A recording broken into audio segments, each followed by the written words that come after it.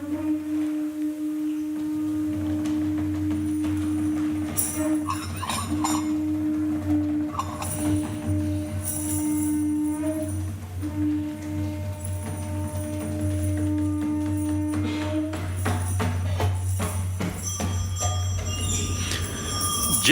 श्री राधा गोकुलानंद की, जय सीताराम लक्ष्मण हनुमान की, गौरनिताय की। नमो विष्णुपदाय कृष्ण प्रस्थाय भूतले श्रीमद् भक्तिवेदांत स्वामी नित्य नामिने।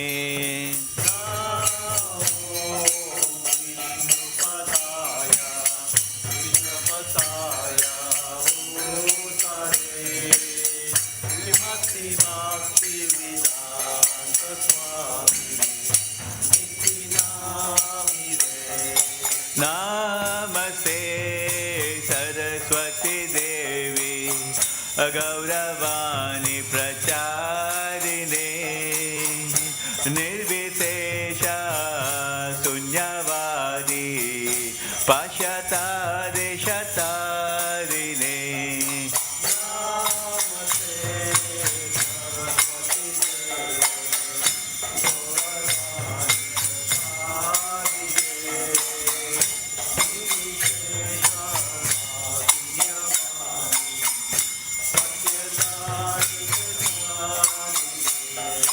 Shri Krishna Chaitanya Prabhu Nityananda Shri Advaita Gadadhar Shri Vasadi Gaur Bhaktivedanta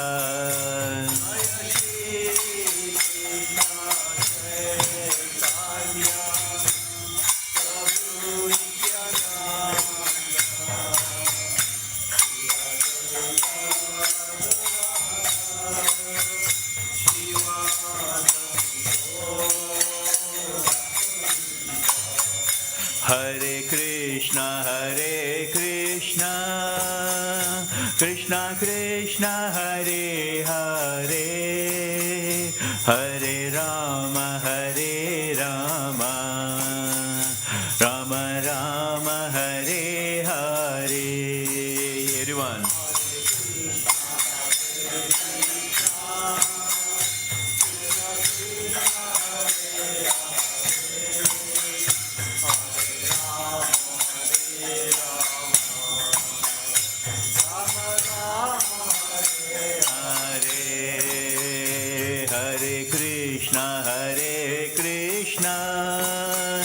Krishna Krishna Hare Hare Hare Rama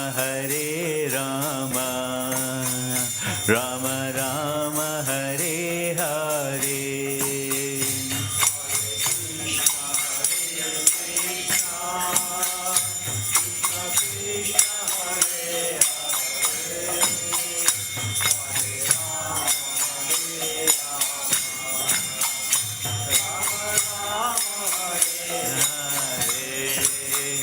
Hare Krishna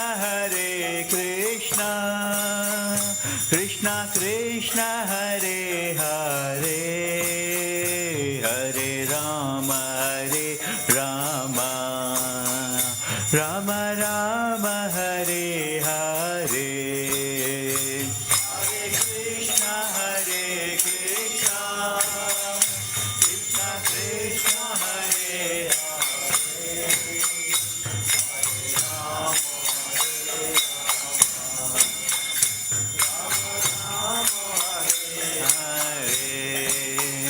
Hare Krishna Krishna Krishna Hare Hare Krishna Krishna Krishna Hare Hare Hare Rama Rama Rama Hare Hare.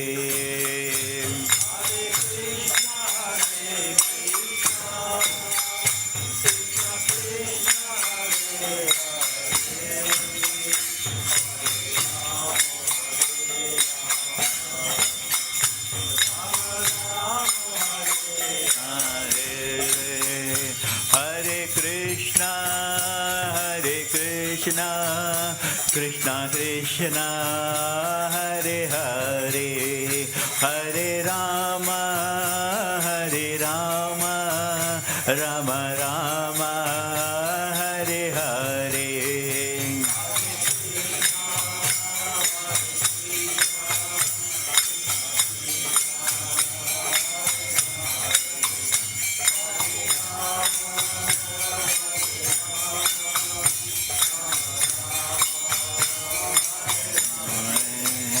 Hare Krishna, Krishna Krishna, Hare Hare, Hare Rama, Rama Rama, Hare Hare.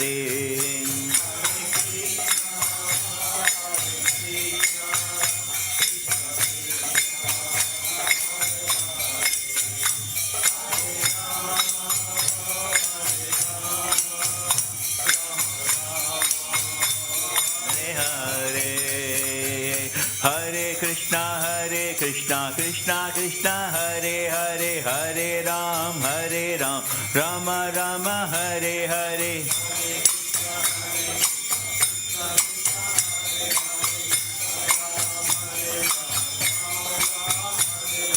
Hare Krishna, Krishna Krishna, Hare Hare, Hare Ram, Ram Ram, Hare Hare.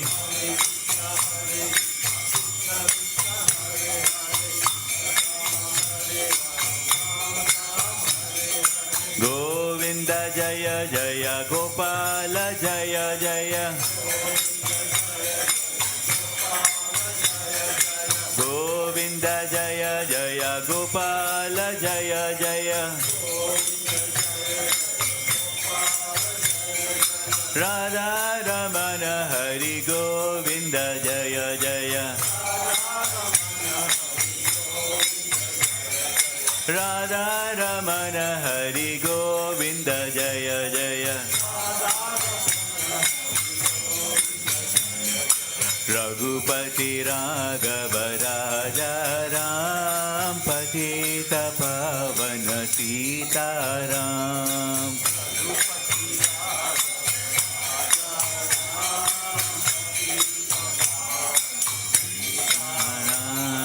Raghupati Raghava Raja Ram, Patita Pavana Sitaram.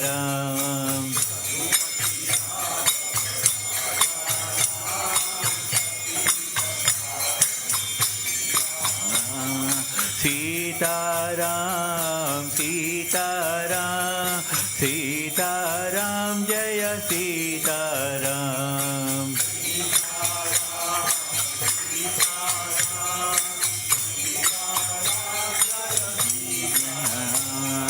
Hare Krishna, Krishna Krishna, Hare Hare, Hare Ram, Rama Rama, Hare Hare.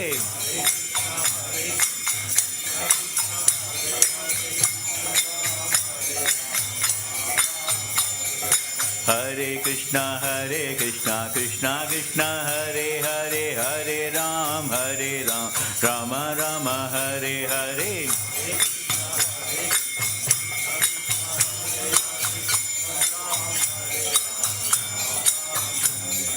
Govinda Jaya Jaya, Gopala Jaya Jaya. Govinda Jaya Jaya, Gopala Jaya Jaya. Radha Ramana Hari Govinda Jaya Jaya. Radha Ramana Hari Govinda Jaya Jaya. Hare Krishna, Krishna Krishna, Hare Hare, Hare Rama, Rama Rama, Hare Hare.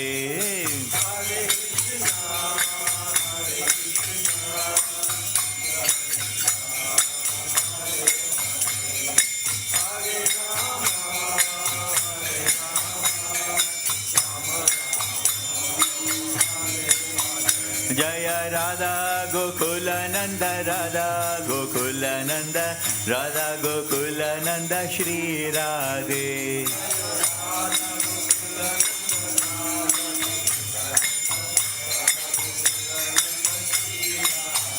Jaya Radha Gokulananda Radha Gokulananda Radha Gokulananda Shri Radhe.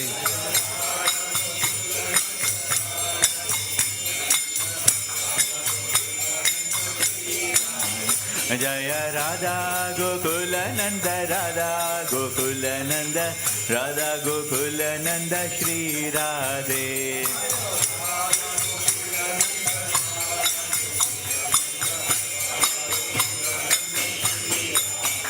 Jaya Sita Ram Lakshman Hanuman Jaya Sita Ram Lakshman Hanuman.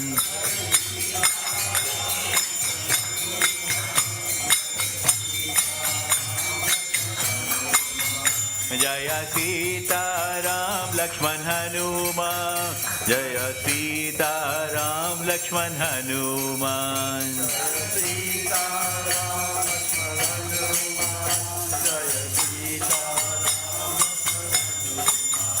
Jaya Sita Ram Lakshman Hanuman Jaya Sita Ram Lakshman Hanuman.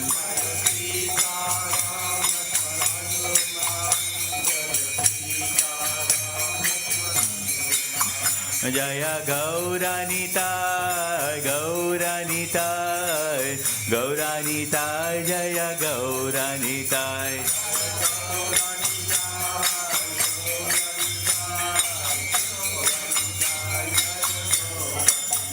Jaya Jaya Prabhupada Prabhupada Prabhupada Jaya Jaya Prabhupada.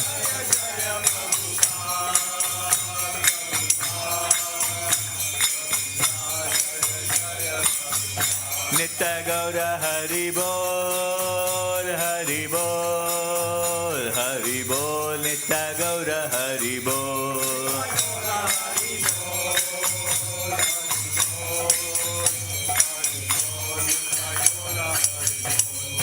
Jai Shri Radha Gokulananda ki, Jai Sitaram Lakshman Hanuman ki, Gauri Nitai ki, Srila Prabhupada ki. We are offering obeisance to our Guru Parampara. If you got some space, you can bow down. Jai Om Vishnupad Paramahamsa Parivradika Acharya Stotra Sat Srimadi His Divine Grace A.C. Bhaktivedanta Swami Srila Prabhupada ki. Jai Om Vishnupad Paramahamsa Parivradika Acharya Sata Srimadi His Divine Grace Bhaktisiddhanta Saraswati Goswami Maharaj Prabhupada ki, Ananta Koti Vaishnav Vrinda ki, Namacharya Haridas Thakur ki, ISKCON founder Acharya Srila Prabhupada ki, Prem se kaho Sri Krishna Chaitanya Prabhu Nityananda, Sri Advaita Gadadhara, Sri Vasadi Gaura Bhakta Vrinda ki, Shri Shri Radha Krishna Gopa Gopinath Shyam Kund Radha Kund Giri Govardhan ki, Ganga Mai Yamuna Mai ki, Tulsi Maharani Bhakti Devi ki, Vrindavan Dham Mathura Dham ki, Mayapur Dham Navdeep Dham की, जगन्नाथपुर धाम द्वारका धाम की, भक्तिवेदांता manner की, हरिनाम संकीर्तन की, गौर प्रेमानंदे. All glories to the assembled devotees, all glories to the assembled devotees, all glories to the assembled devotees, all glories to Sri Guru and Sri Gauranga. We humbly request everyone to be seated for the Narasimha prayer.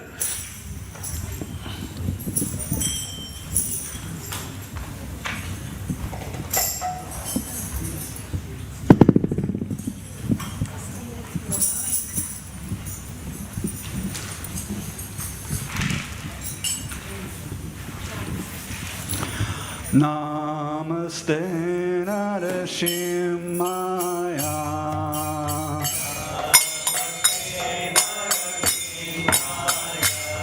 Pranadadayine.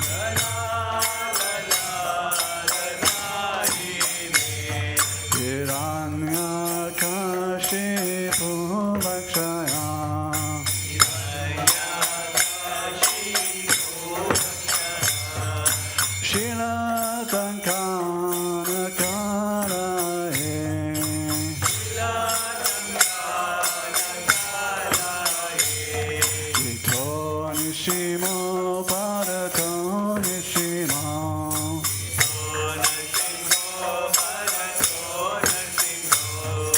Yato yato yamitato nishimo.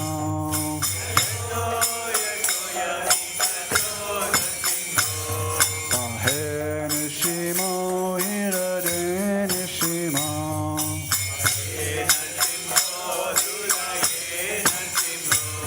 Narsimha matim sharanam prapade.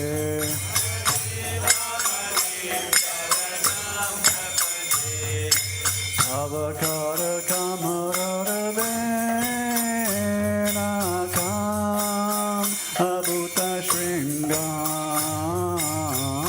kalita hiranyakashipu kanu bringam keshavadita narahari rupa jai jagadisha hare Jaya Jagadisha Hare Jaya Jagadisha Hare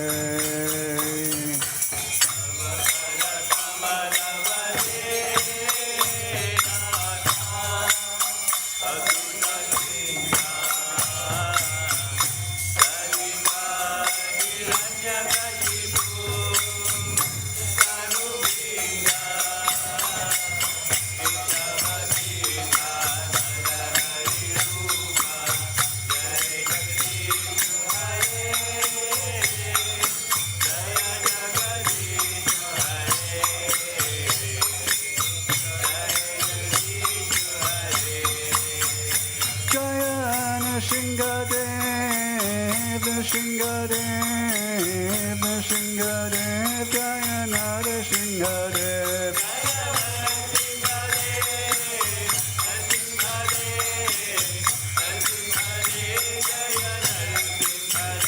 Jaya Prahlad Maharaj, Prahlad Maharaj, Prahlad Maharaj, Jaya Prahlad Maharaj.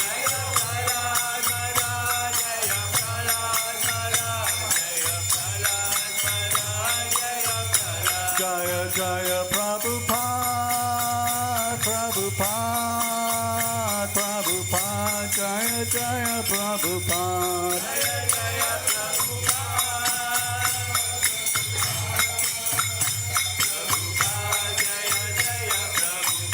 Jaya Jaya Prabhupada, Prabhupada, Prabhupada, Jaya Jaya Prabhupada.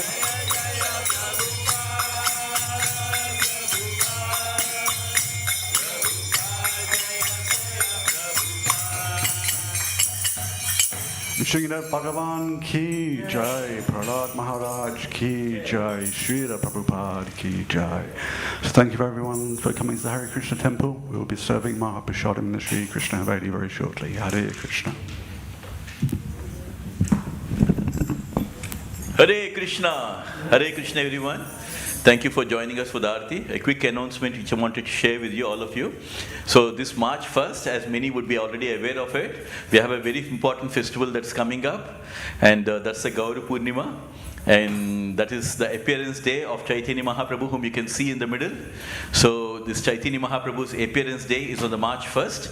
And who's Chaitanya Mahaprabhu? Chaitanya Mahaprabhu is none other than Bhagavan Sri Krishna himself, who came in the avatar of a devotee to show us how to do bhakti in Kali Yuga. Because Bhagavan Sri Krishna has given so many beautiful instructions in Bhagavad Gita. But over a period of time, as we got into Kali Yuga, people have forgotten completely into material activities and forgotten how to do bhakti. So Bhagavan Sri Krishna in Bhagavad Gita says a very important thing.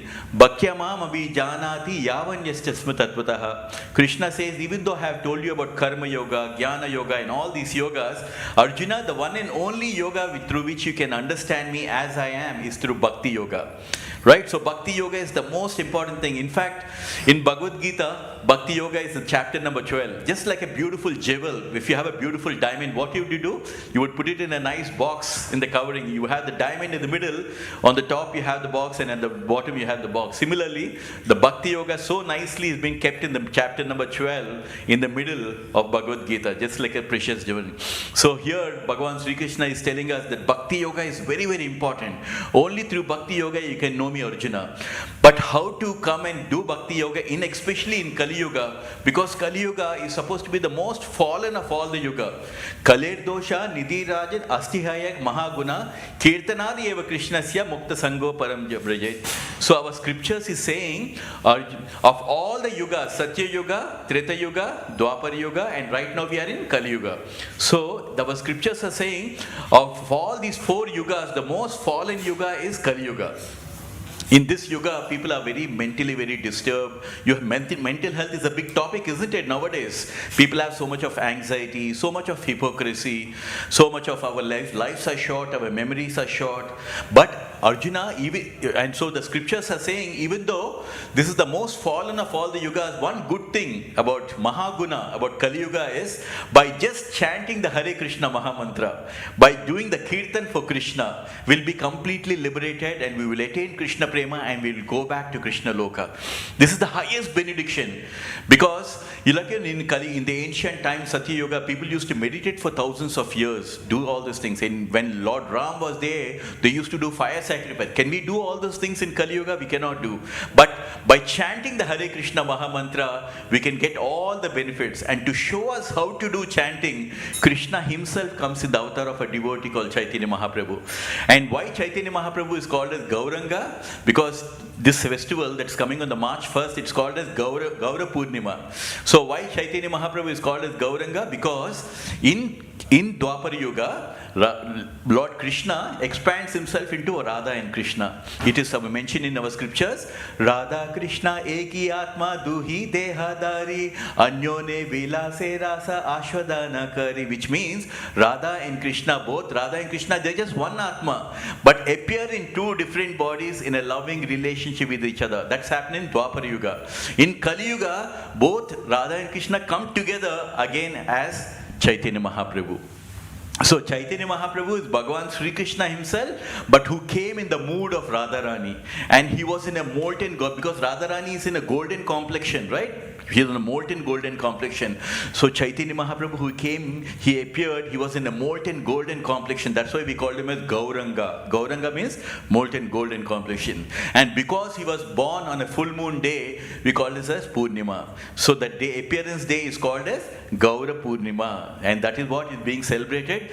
And why we celebrate it? Because Chaitanya Mahaprabhu, the best way to please Chaitanya Mahaprabhu is by always chanting the Hare Krishna Mahamantra. Because he is the one who's given us this Hare Krishna Mahamantra. It is Chaitanya Mahaprabhu who told us Hare Nama Iva Kevalam Kalo Nasteva Gatiranyata, which means the best way to attain Krishna Prema in Kali Yuga is by always chanting the Hare Krishna Mahamantra. And this is the reason why in all the temples, we are always, Hare Krishna temple, we are always chanting the Hare Krishna Mahamantra.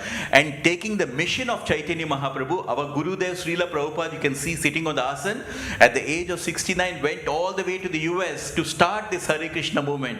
And with no money, no contacts, nothing, he just was sitting and chanting Hare Krishna, Krishna Krishna, Hare Hare, Hare Ram. And by just chanting this Hare Krishna Mahamantra, everybody started gathering. And they started with one temple. And within 10 years, Srila Prabhupada built 108 temples all around the world. In just 10 years. And 14 times he went all around the world, starting temples. Why? For all of us, so that all of us will be benefited, right? So it is the mission of Chaitanya Mahaprabhu that this Hare Krishna Mahamantra should be spread all over the world. And Chaitanya Mahaprabhu himself has given the prediction that in the next 10,000 years, Hare Krishna Mahamantra will be spread in every village, in every nook and corner of the world.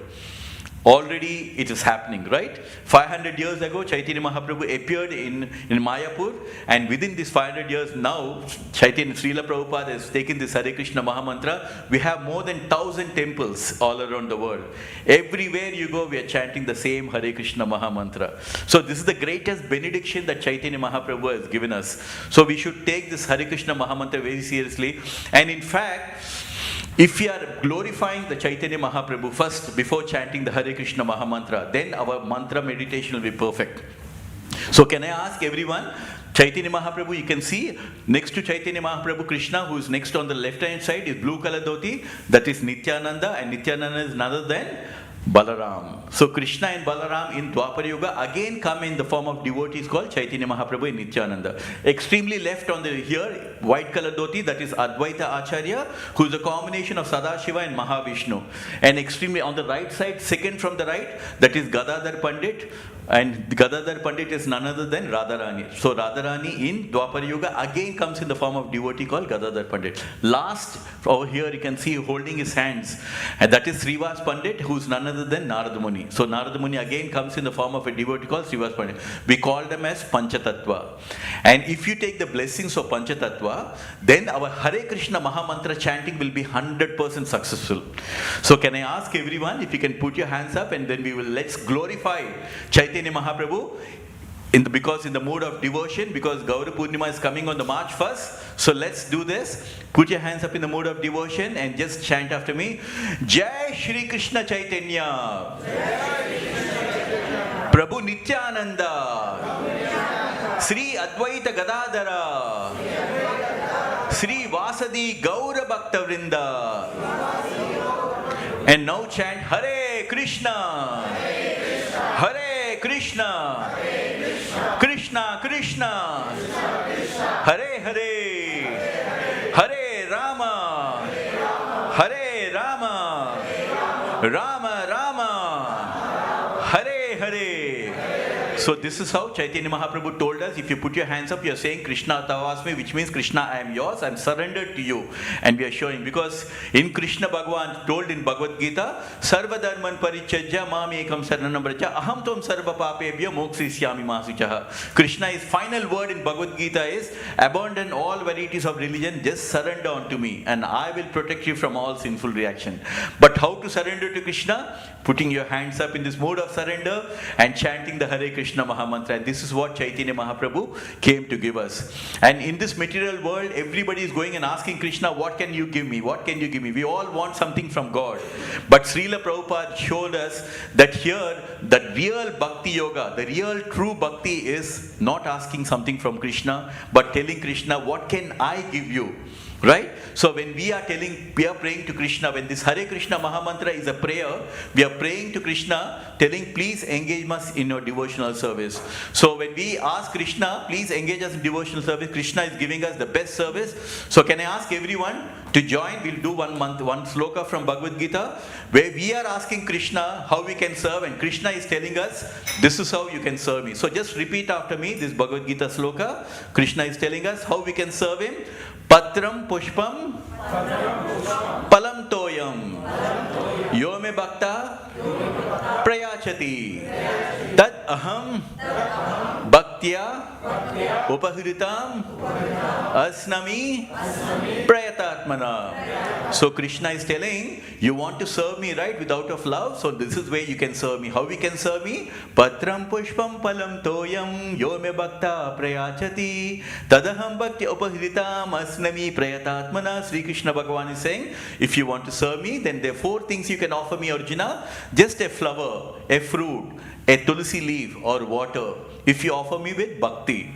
Like Duryodhana, when he invited Krishna for a royal bhoga, Krishna refused to go because there was no love. But when Vidura invited him for a meal and he had nothing to offer, he just offered banana. Krishna was happy even with that. So the most important thing Krishna is saying with bhakti, if you offer a flower, a fruit, a tulsi leaf or water. If you don't have anything, at least some fruits, at least some water. Krishna says, if you do it with love, I will surely accept it. So in this way, we can practice our bhakti life early in the morning, get up in front of, just invoke Chaitanya Mahaprabhu mantra, Jai Shri Krishna Chaitanya Prabhu Nityananda, Sri Advaita Gadadhara, Sri Vasadi Gaur Bhakta, invoke the mantra and then chant Hare Krishna, Krishna Krishna, Hare Hare, Hare Rama, Rama Rama, Hare Hare. That's it. This is the best way we can start our bhakti life, right? So I want to thank you everyone for giving us your precious time. And most important thing in bhakti life is to hear about Krishna. Shravanam, hearing about Krishna. So Prabhuji is going to be giving us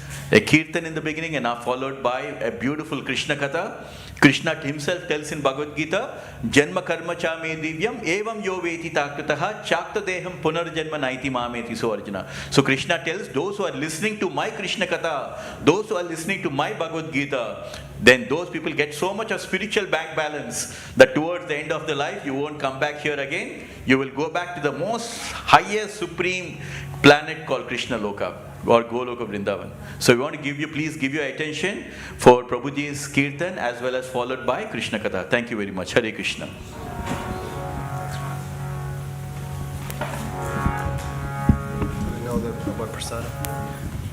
As you all know, the Mahaprasadam is being served in the Haveli. So please have it on the way. Thank you.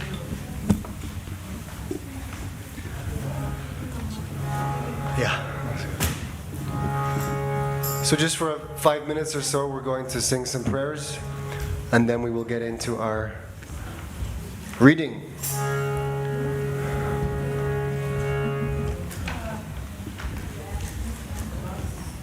Okay.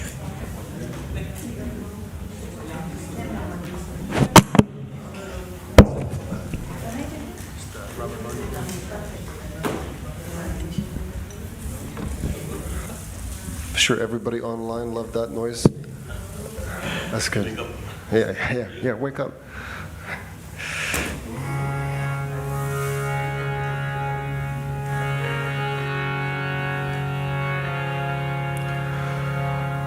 Om Jnanatimirandhasya Jnananjana Shalakaya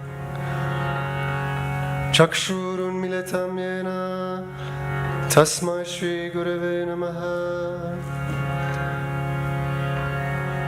Shri Chaitanya Manobishtam Stapitam Yena Bhutale Swayam Rupa Karah Mahyam Darati Swaparantikam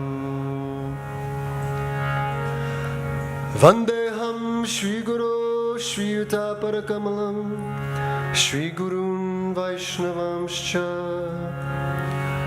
Shri Rupam Sagrajatam Sahagana Raghunathan Vitam Tam Sajivam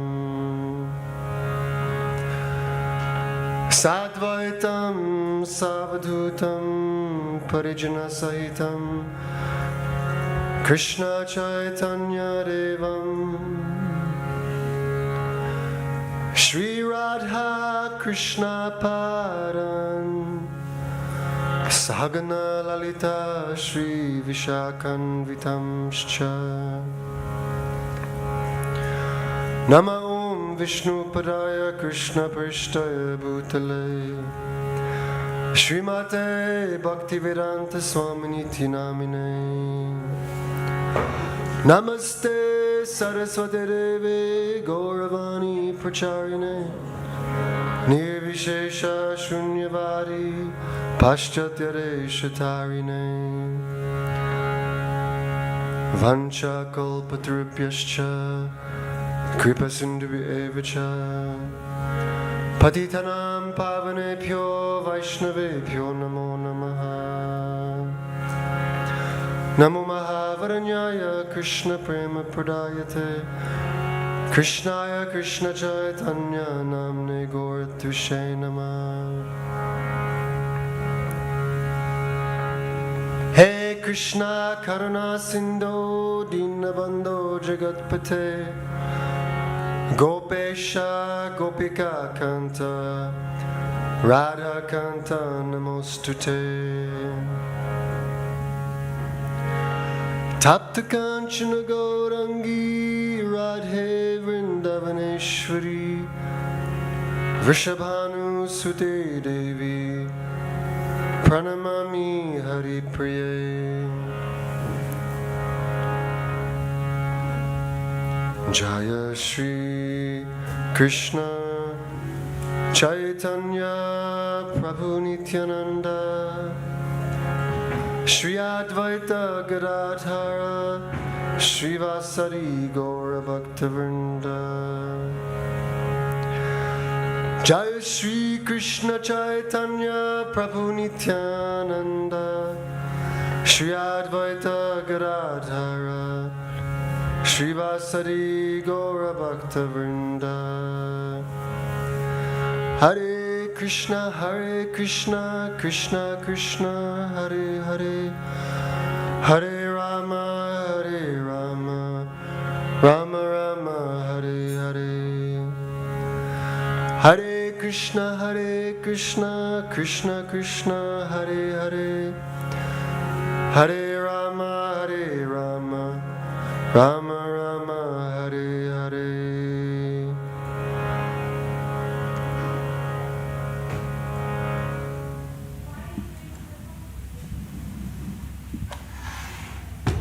Okay. How's everybody's day going? I bet it's better than mine. I bet you.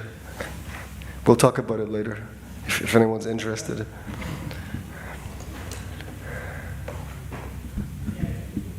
But it's about to get drastically better, at least for me, because I get to read from Krishna book.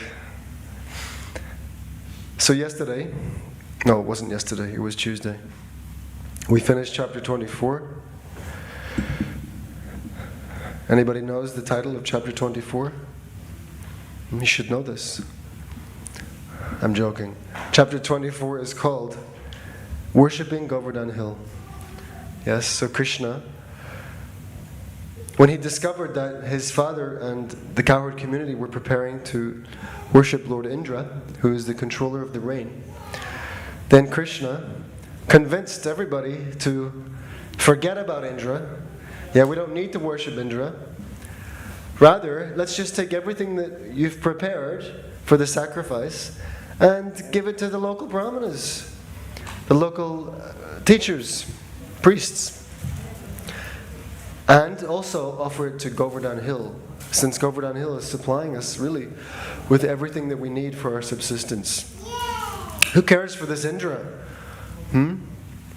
He's obliged to shower rain because we are performing our activities properly, and then naturally Indra will respond by supplying the rain. This was Krishna's argument. He took a very particular philosophical position called karma mimamsa, which essentially says that if you just do your work properly, you'll get the result. Even if there is some deity bestowing the result, because you've done your work properly, the deity has to give you the result. This was Krishna's philosophy. Of course, this is not the complete truth. But Krishna spoke this atheistic philosophy. Ultimately, it was atheistic. He spoke it because he wanted to he wanted to anger Lord Indra. Yeah? He wanted to annoy Indra. Not just for kicks, but he wanted to bring Indra down a peg or two, because Indra was puffed up. He was very proud of his position. So Krishna spoke this philosophy, and finally his father relented and said, okay, as you wish, we'll do what you like. But the real truth is that even if one performs one's activities very properly and nicely, still there's no guarantee of the result that one wishes for. Because it is true that ultimately the superintending deity decides the result. And ultimately that means Krishna, the Lord, because he is the supreme. Even if a demigod offers some result or some benediction, some blessing, ultimately it's Krishna who awards the blessing through the demigod. The demigod cannot do anything independently. The demigod must seek the approval, the sanction of the Supreme, the Lord, Sri Krishna, who is the boss. The demigods have no independent volition, independent autonomy in bestowing rewards. So one may worship demigods and think that the demigod is giving one the desired result. But actually, Krishna says in Bhagavad Gita that such results are given by me alone. It is not enough to perform one's work very nicely. Someone may have a very expert doctor or surgeon, may be given the appropriate medicine or treatment, and still the patient may not be cured or may not be saved. The result ultimately depends on the sanction of God. We may do everything perfectly and properly, and we think that we deserve the result because we've studied hard or worked hard. But that is not sufficient to guarantee the result. Krishna, God, has the final say. Therefore, there are 5 factors of action. Right? The doer, the person who wants to perform the work, the endeavor that they perform to get it done, the situation that they're in, yeah, the senses that they're working with, and ultimately the Supersoul, Krishna. Without his approval, without his sanction, it's not possible. So in this way, Krishna convinced his father and all the cowherd community to forego the sacrifice for Lord Indra, and instead we'll worship Govardhan Hill. And they performed a very wonderful sacrifice, glorifying Govardhan Hill. And Lord Krishna, he assumed a gigantic form, separately constituted. So another Krishna appeared in a gigantic form, and he declared that he was actually Govardhan, he was Giriraj. And he ate up all of the wonderful food that had been offered to Govardhan Hill. So this ceremony, this sacrifice, in which so many wonderful preparations were made, and the cows were glorified and worshipped and fed, and the brahmanas were given in charity. I mean, many things were given to the brahmanas in charity, not that the brahmanas were given in charity. This was a very successful ceremony, a very successful sacrifice. And Krishna said that this should always be performed by the residents of Vrindavan. And if one neglects the worship of Govardhan Hill, then he will be bitten by snakes who reside on Govardhan Hill. So the worship of Giriraj, Govardhan, is very, very important. Govardhan is non-different from Krishna. And in our Krishna consciousness movement, we worship Govardhan. And devotees sometimes take rocks from Govardhan Hill, and they can worship these rocks just as we worship the deity of Krishna in the temple, because these rocks are actually non-different from Krishna. So, what was the result? Well, let's find out. What happened afterwards? So this is not a formal lecture. As we're reading, I encourage anybody to interrupt me, and if you have something that really strikes you as very significant or wonderful, or you want to ask about it or reflect on it, just raise your hand or say oi. Okay. When Indra understood that the sacrifice which was to be offered by the cowherd men in Vrindavan had been stopped by Krishna, he became angry. And he vented his anger upon the inhabitants of Vrindavan, who were headed by Nanda Maharaj. Although Indra knew perfectly well that Krishna was personally protecting them. Right, so it had the desired effect. Krishna wanted to make Indra angry, and Indra became angry. And he vented, so he decided to vent. Who vents? Anybody here likes to vent? Yeah? Okay, good. So we're all fans of venting. Yes, Indra also likes to vent. He certainly did on this occasion. As the director of different kinds of clouds, Indra called for the Samvartaka. This cloud is invited when there is a need to devastate the whole cosmic manifestation. Right?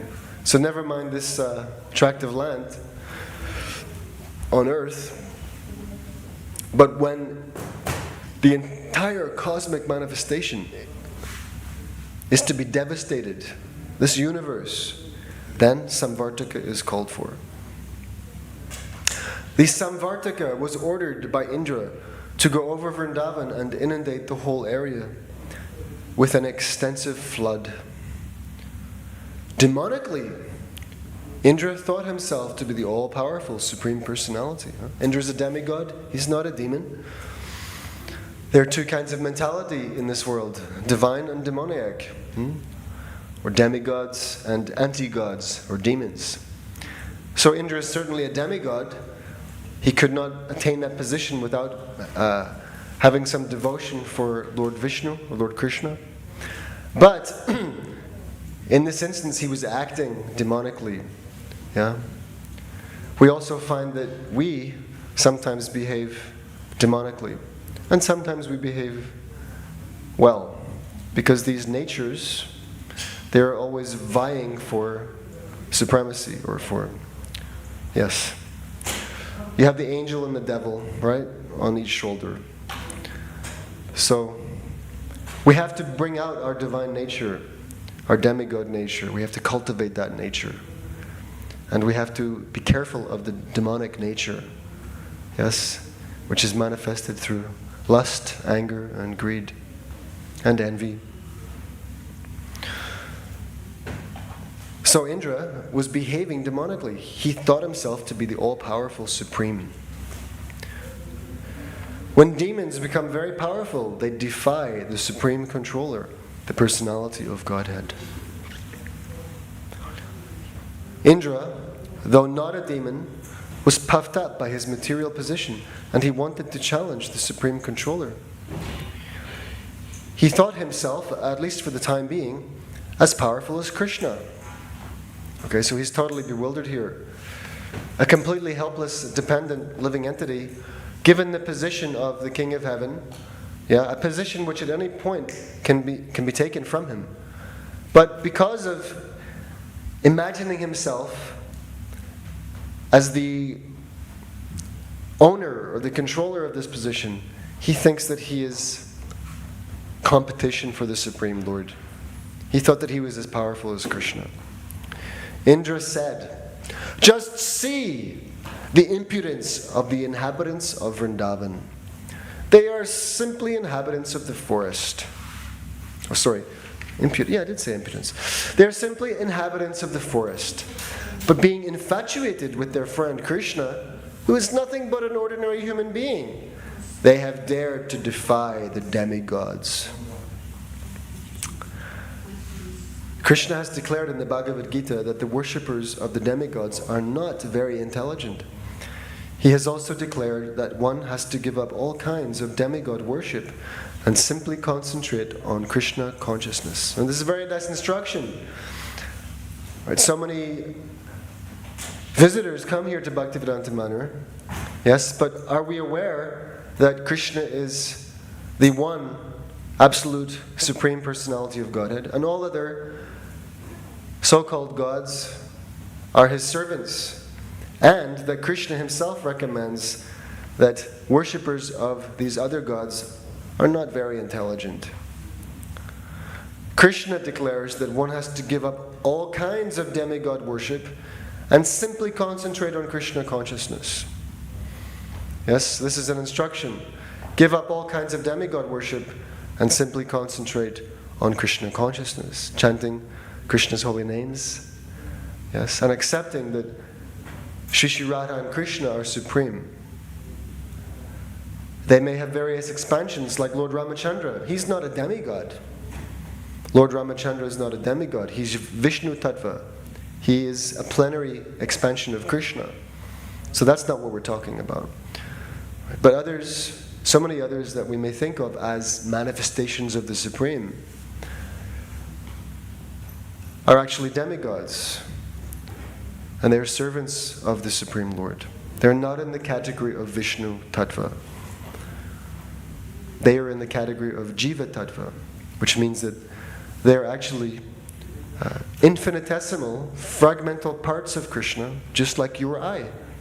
We are all infinitesimal, fragmental parts of Krishna, very tiny, tiny spirit souls.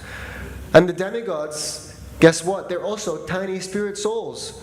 But they just happen to be in a better position and given more responsibility for the management of the universe. That's all. But they're not on the level of God.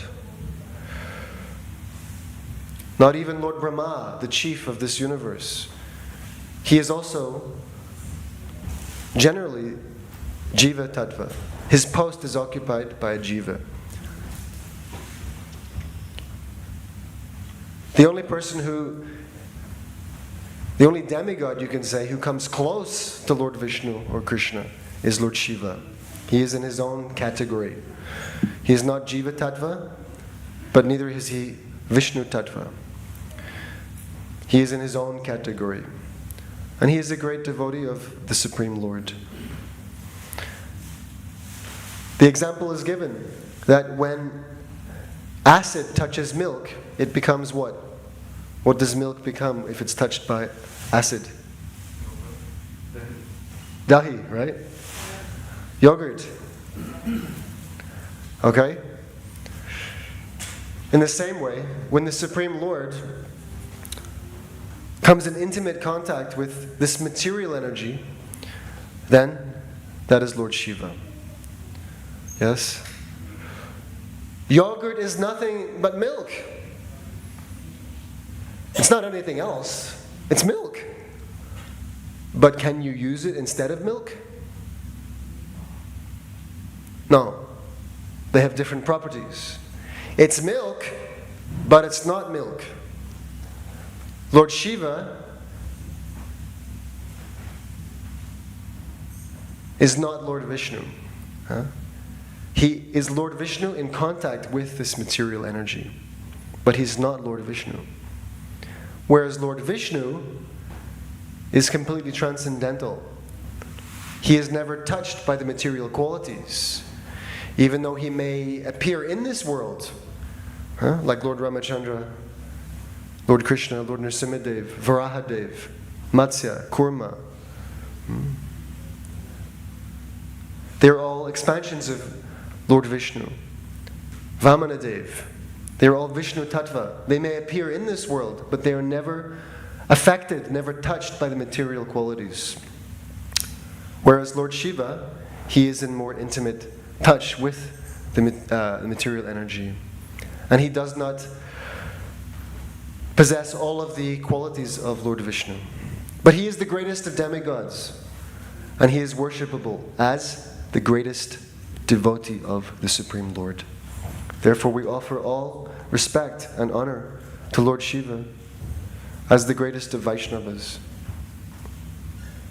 And if we're to pray to him, to Lord Shiva for anything, it should simply be for Krishna Bhakti.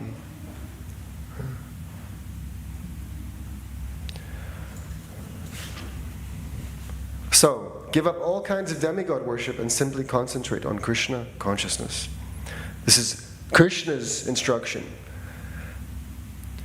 But if we're attached to demigods and to their worship because of our upbringing, our cultural impressions, or information that we have accepted as true, then this may be a little difficult. Therefore, we should more deeply study Bhagavad Gita, Srimad Bhagavatam, to actually understand what is the fact, what is the truth. When someone's previous conceptions are challenged, it may be a little difficult to adjust immediately. But with added information, then one can gradually adjust. In the beginning, there's this thing called cognitive dissonance. I hold something to be very, very, very true. I receive some new information which forces me to reconsider what I held to be true, and that's very difficult sometimes to adjust to. But by keeping a cool head and by studying the authoritative information, then we can adjust. And it really depends on what I want to achieve. Do I want the truth, or do I want to hold on to my attachments? What am I attached to? If the truth is what I'm really seeking, then I should be prepared to adjust whatever knowledge I previously held. Okay. Krishna's invoking the anger of Indra and later on chastising him is a clear indication to his devotees that those who are engaged in Krishna consciousness have no need to worship any demigod. even if it is found that the demigod has become angry. Krishna gives his devotees all protection, and they should completely depend on his mercy.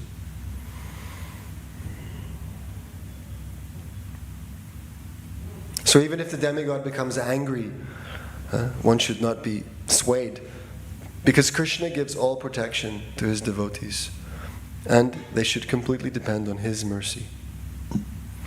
Indra cursed the action of the inhabitants of Vrindavan and said, "By defying the authority of the demigods, the inhabitants of Vrindavan will suffer in material existence.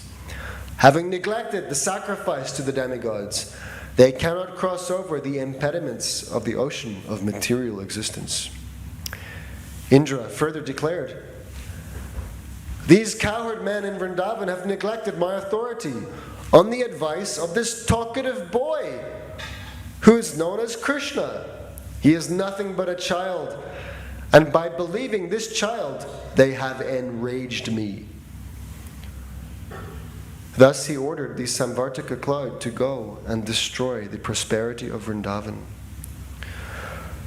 "The men of Vrindavan," said Indra, "have become too puffed up over their material opulence and are overconfident due to the presence of their tiny friend Krishna. He is simply talkative, childish, and unaware of the complete cosmic situation, although he is thinking himself very advanced in knowledge. Because they have taken Krishna so seriously, they must be punished. They should be destroyed with their cows." In this way, Indra ordered the Samvartika cloud to go to Vrindavan and inundate the place. Right, so he's thinking like such a demon. Very important demigod, so much responsibility given to him by Krishna, but he's forgetting himself.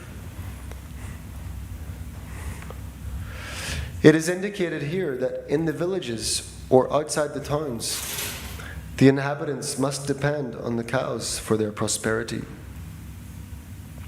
When the cows are destroyed, the people are destitute of all kinds of opulences.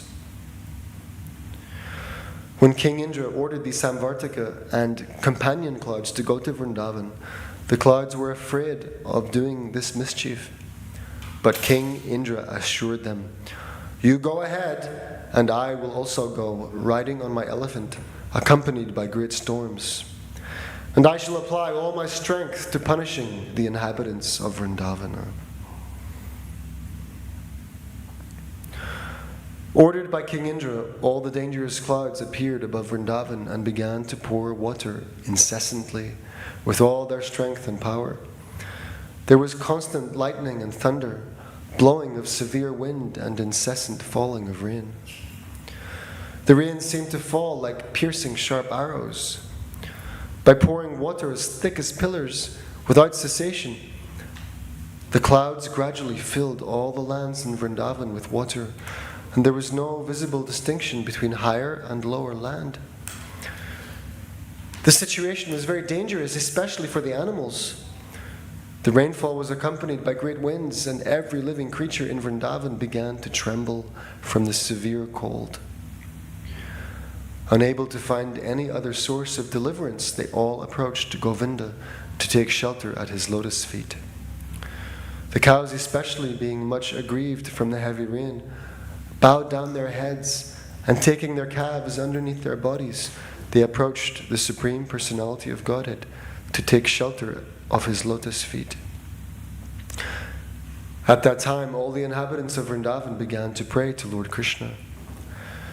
"Dear Krishna," they prayed, "you are all-powerful, and you are very affectionate to your devotees. Now please protect us, who have been much harassed by angry Indra." Upon hearing their prayer, Krishna could understand that Indra, being bereft of his sacrificial honor, was pouring down rain that was accompanied by heavy pieces of ice and strong winds, although all this was out of season.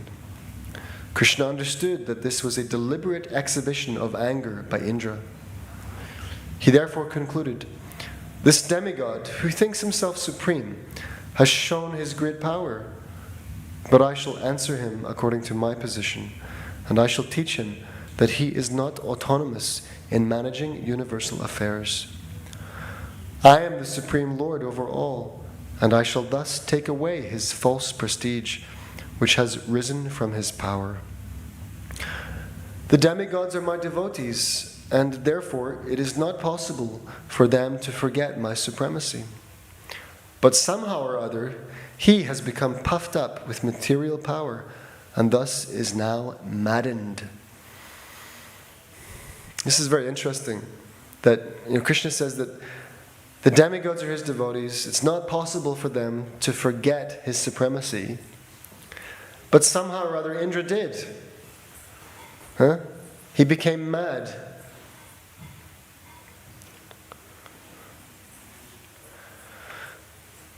I shall act in such a way as to relieve him of this false prestige. I shall give protection to my pure devotees in Vrindavan, who are at present completely dependent on my mercy, and whom I have taken completely under my protection. I must save them by my mystic power. Thinking in this way, Lord Krishna immediately picked up Govardhan Hill with one hand, exactly as a child picks up a mushroom from the ground. Thus he exhibited his transcendental pastime of lifting Govardhana Hill. Lord Krishna then addressed his devotees. My dear brothers, my dear father, my dear inhabitants of Vrindavan, you can now safely enter under the umbrella of Govardhan Hill, which I have just lifted. Do not be afraid of the hill and think that it will fall from my hand. You have been too much afflicted from the heavy rain and strong wind. Therefore, I have lifted this hill, which will protect you exactly like a huge umbrella. I think this is a proper arrangement to relieve you of your immediate distress. Be happy along with your animals underneath this great umbrella.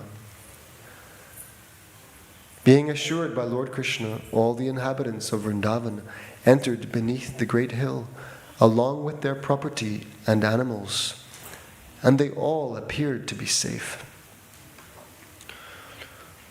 The inhabitants of Vrindavan and their animals remained there for 1 week without being disturbed by hunger, thirst, or any other discomforts. They were simply astonished to see how Krishna was holding up the mountain with the little finger of his left hand. Seeing the extraordinary mystic power of Krishna, Indra, the king of heaven, was thunderstruck and baffled in his determination. This is an interesting word for Indra description. Thunderstruck, right? He is the controller of thunder, lightning, rain. But he himself was thunderstruck.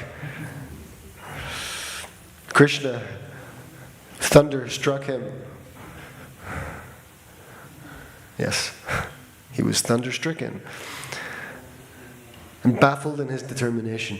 He immediately called for all the clouds and asked them to desist.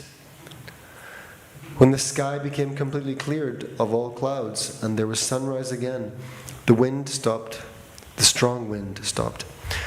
At that time, Krishna, the Supreme Personality of Godhead, known now as the lifter of Govardhan Hill, said, My dear cowherd men, now you can leave and take your wives, children, cows, and valuables, because everything is ended. The inundation has gone down, along with the swelling waters of the river. All the men loaded their valuables on carts and slowly left with their cows and other paraphernalia. After they had cleared out everything, Lord Krishna very slowly replaced Govardhan Hill in exactly the same position it had been in before. When everything was done, all the inhabitants of Vrindavan approached Krishna with feelings of love and embraced him with great ecstasy.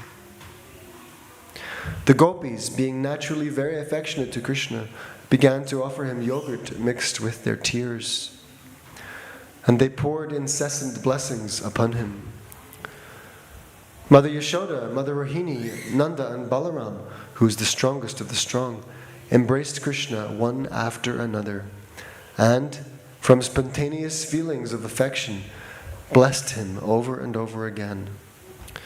In the heavens, different demigods from different planetary systems, such as Siddhaloka, Gandharvaloka, and Charanaloka, also began to show their complete satisfaction. They poured showers of flowers on the surface of the earth and sounded different conch shells. There was beating of drums, and being inspired by godly feelings, residents of Gandharvaloka began to play on their tamburas to please the Lord. After this incident, the Supreme Personality of Godhead, surrounded by his dear friends and the animals, returned to his home. As usual, the gopis began to chant the glorious pastimes of Lord Krishna with great feeling, for they were chanting from the heart. Thus ends the Bhaktivedanta purport of the 25th chapter of Krishna, devastating rainfall in Vrindavan. Any thoughts, comments, or questions? Beautiful story. Sorry? It's a beautiful story. It is. And you can read these pastimes again and again and never be saturated, never be tired.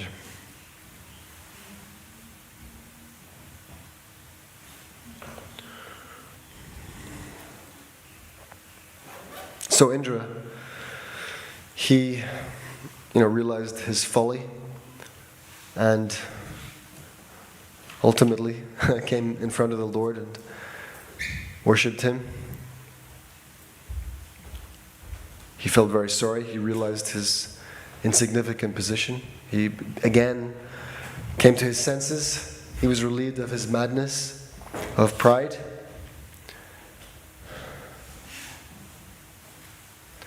And what's also interesting is that the residents of Vrindavan, they had no clue, of course, that Krishna is the Supreme.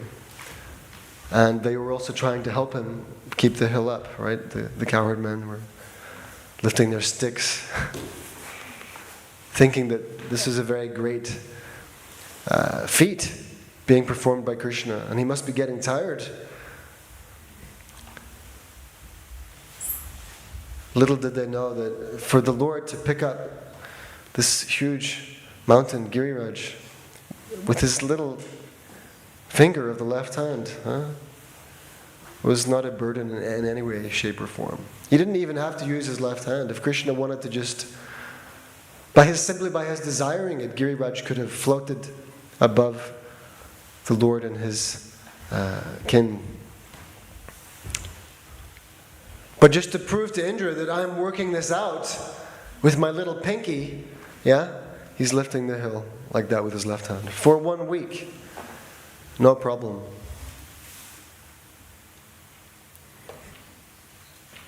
Chapter 26, Wonderful Krishna. Without understanding the intricacies of Krishna, the Supreme Personality of Godhead, and without knowing his uncommon spiritual opulences, the innocent cowherd boys and men of Vrindavan began to discuss his wonderful activities, which surpass the activities of all men. One of them said, "My dear friends, considering his wonderful activities, how is it possible that such an uncommon boy would come and live with us in Vrindavan? It is really not possible. Just imagine, he is now only 7 years old. How is it possible for him to lift Govardhan Hill in one hand and hold it up just as the king of elephants holds a lotus flower? To lift a lotus flower is a most insignificant thing for an elephant, and similarly, Krishna lifted Govardhan Hill without exertion. When he was simply a small baby and could not even see properly, he killed a great demon, Putana. While sucking her breast, he also sucked out her life air. Krishna killed the Putana demon exactly as eternal time kills a living creature in due course. When he was only 3 months old, he was sleeping underneath a hand-driven cart. Being hungry for his mother's breast, he began to cry and throw his legs upwards. And from the kicking of his small feet, the cart immediately broke apart and fell to pieces. So we're getting like a summary, a recap of everything that has come before. When he was only 1 year old, he was carried away by the Trinavarta demon, disguised as a whirlwind. And although he was taken very high in the sky, he simply hung on the neck of the demon and forced him to fall from the sky and immediately die. Once, his mother, being disturbed by his stealing butter, tied him to a wooden mortar, and the child pulled it toward a pair of trees known as Yamala Arjuna and caused them to fall. Once, when he was engaged in tending the calves in the forest along with his elder brother, Balaram, a demon named Bakasura appeared, and Krishna at once bifurcated the demon's beak. When the demon known as Vatsasura entered among the calves tended by Krishna with a desire to kill him, he immediately detected the demon, killed him, and threw him into a tree.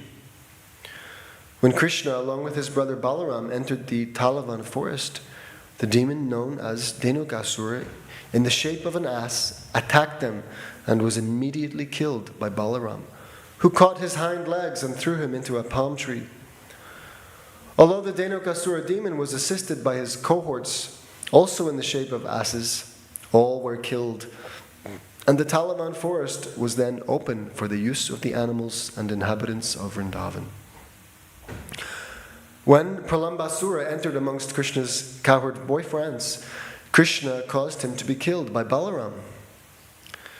Thereafter, Krishna saved his friends and cows from a severe forest fire, and he chastised the Kaliya serpent in the lake of the Yamuna river and forced him to leave the vicinity of the Yamuna. He thereby made the water of the Yamuna poisonless. Another one of the friends of Nanda Maharaj said, "My dear Nanda, we do not know why we are so attracted by your son, Krishna. We want to forget him, but this is impossible. Why are we so naturally affectionate toward him? Just imagine how wonderful it is. On one hand, he is only a boy of 7 years, and on the other hand, there is a huge hill like Govardhan Hill, and he lifted it so easily. Oh, Nanda Maharaj, we are now in great doubt. Your son Krishna must be one of the demigods. He is not at all an ordinary boy. Maybe he is the Supreme Personality of Godhead." So they thought that perhaps Krishna might be a demigod. And maybe he's the Supreme Lord. Krishna is the Supreme Lord, but his family members, the cowherd community, the Vrajavasis, they had no idea that he was the Supreme. But it crossed their mind, maybe he is. On hearing the praises of the cowherd man in Vrindavan, King Nanda said,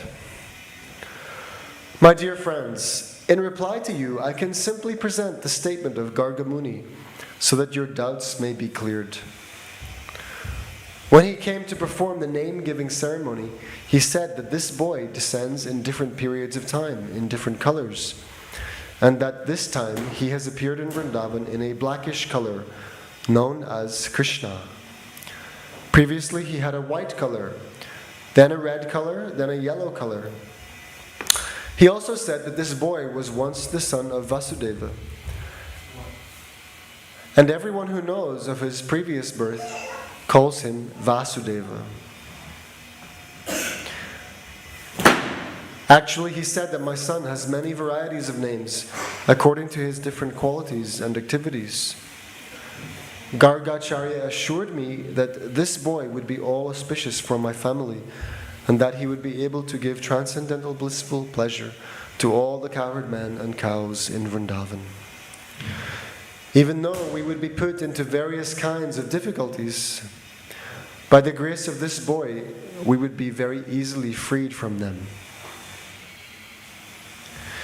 He also said that formerly this boy saved the world from an unregulated condition, and he saved all honest men from the hands of the dishonest thieves.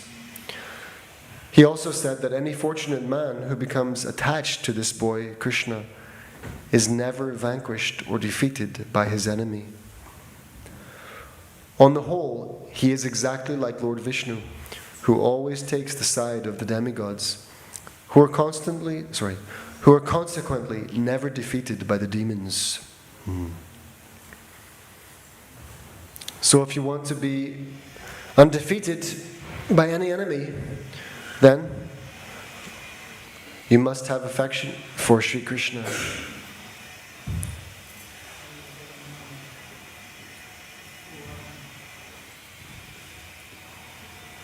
You must become attached to this boy, Krishna.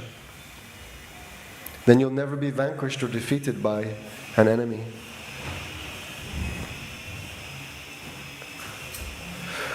Gargacharya thus concluded that my child would grow to be exactly like Vishnu in transcendental beauty, qualification, activities, influence, and opulence. And so, we should not be very astonished by his wonderful activities. After telling me this, Gargacharya returned home, and since then we have been continually seeing the wonderful activities of this child. According to the version of Gargacharya, I consider that he must be Narayana himself, or maybe a plenary portion of Narayana. When all the cowherd man had very attentively heard the statement of Gargacharya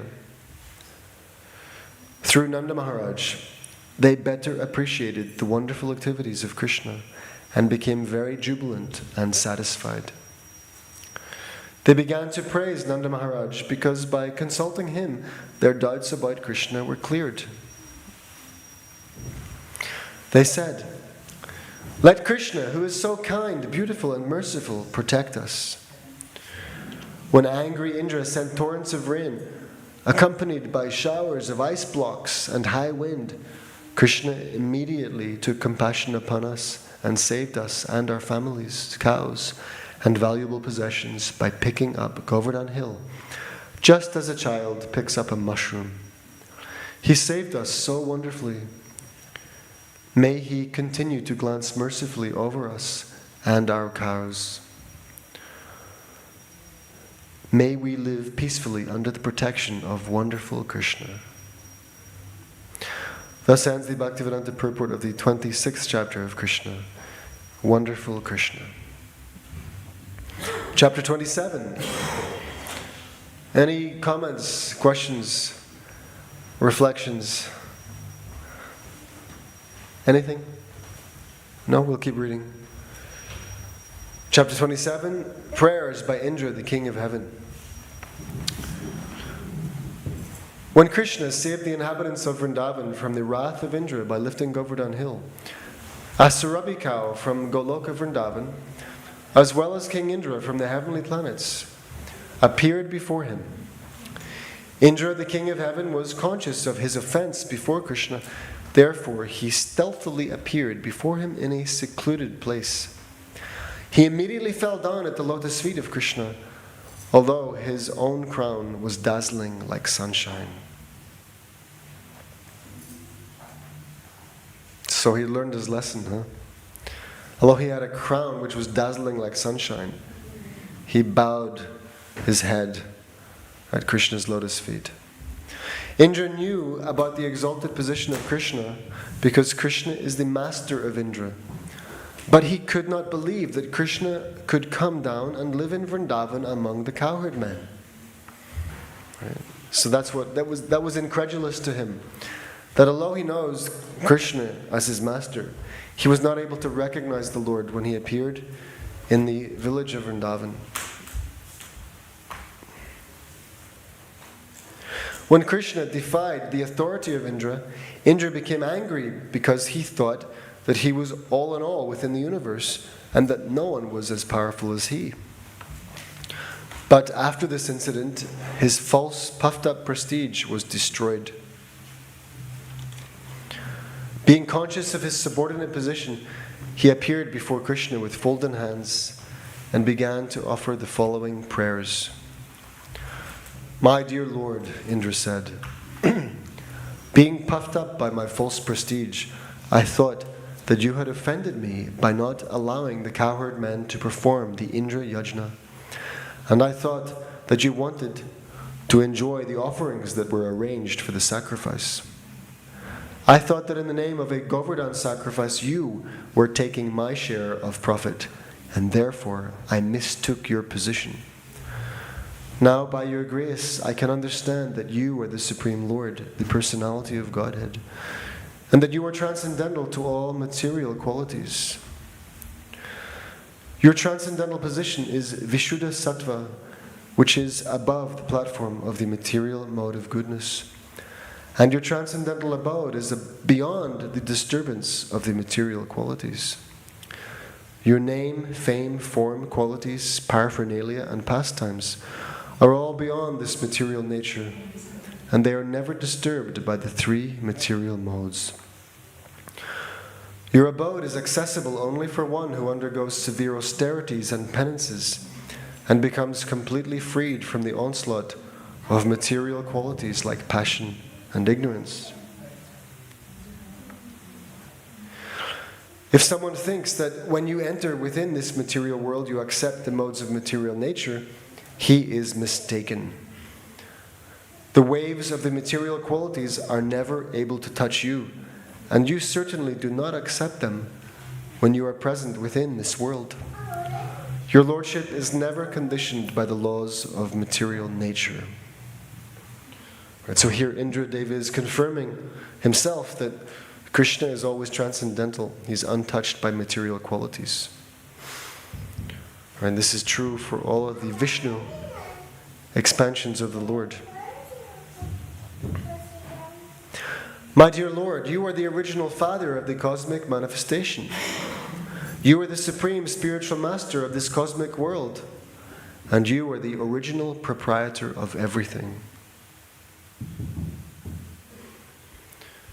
Okay, so Krishna is being described as the father, the supreme spiritual master, and the proprietor of everything.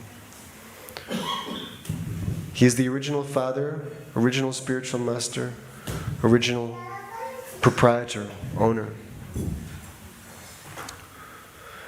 As eternal time, you are competent to chastise offenders. Right? Because ultimately time is indefeatable. Time chastises all offenders. They may do all kinds of nefarious things and be offensive to other living entities, to the Lord, His devotees, but ultimately they cannot get around eternal time. Time chastens everyone.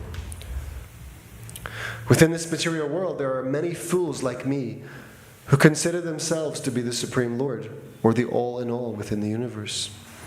You are so merciful that without accepting their offenses, you devise means so that their false prestige is subdued, and that they can know that you and no one else are the Supreme Personality of Godhead. Right, Krishna is so merciful. So many living entities who are nothing but His parts and parcels, His sons.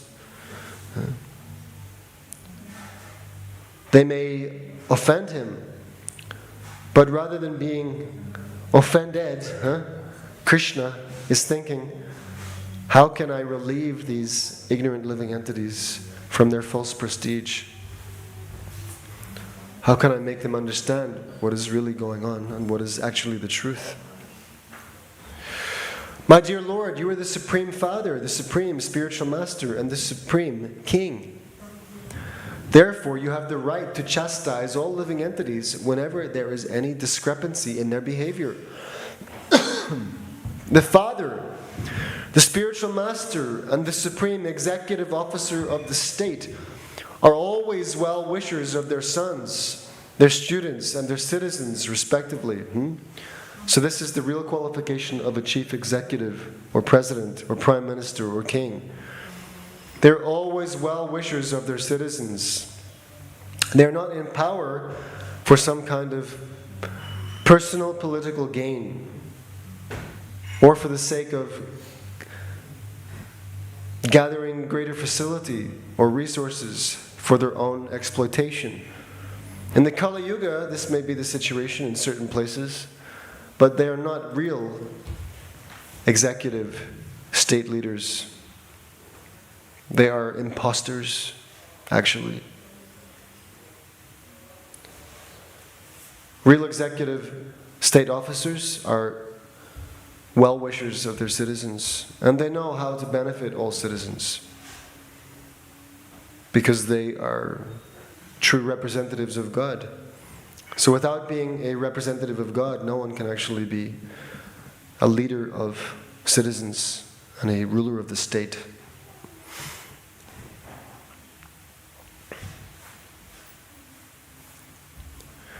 So the father is the well-wisher of his sons. The spiritual master is the well-wisher of his students. And the supreme executive officer of the state is the well-wisher of his citizens. As such, the well-wishers have the right to chastise their dependents because they're taking responsibility for their dependents. They have the right to correct them. By your own desire, you appear auspiciously on the earth in your eternal varieties of forms. You come to glorify the earthly planet and specifically to chastise persons who are falsely claiming to be God. In the material world, there is regular competition between different types of living entities to become supreme leaders of society.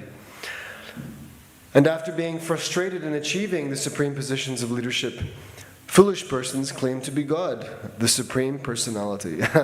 How foolish do you have to be to fight so hard to become the leader of a state, yeah? And then finally being frustrated, being kicked out by your so-called dependents, by the demographic populace, they get rid of you, right? That is tantamount to your frustration. Then you declare yourself to be God.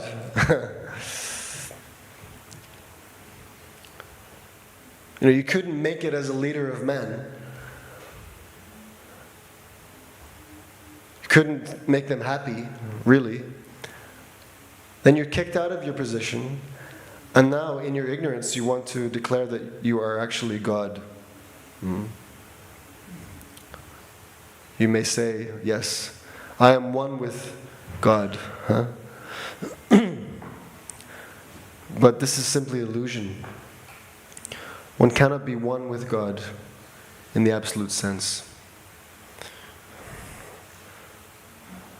Yes, as a living entity, as a tiny spirit soul, you can be one with God in quality. You have the same spiritual quality as God. But you are never of the same magnitude as God. You're tiny, very finite, infinitesimal, tiny spark of spirit. You can never become the totality of spirit. Whereas Krishna is the totality, the infinite totality.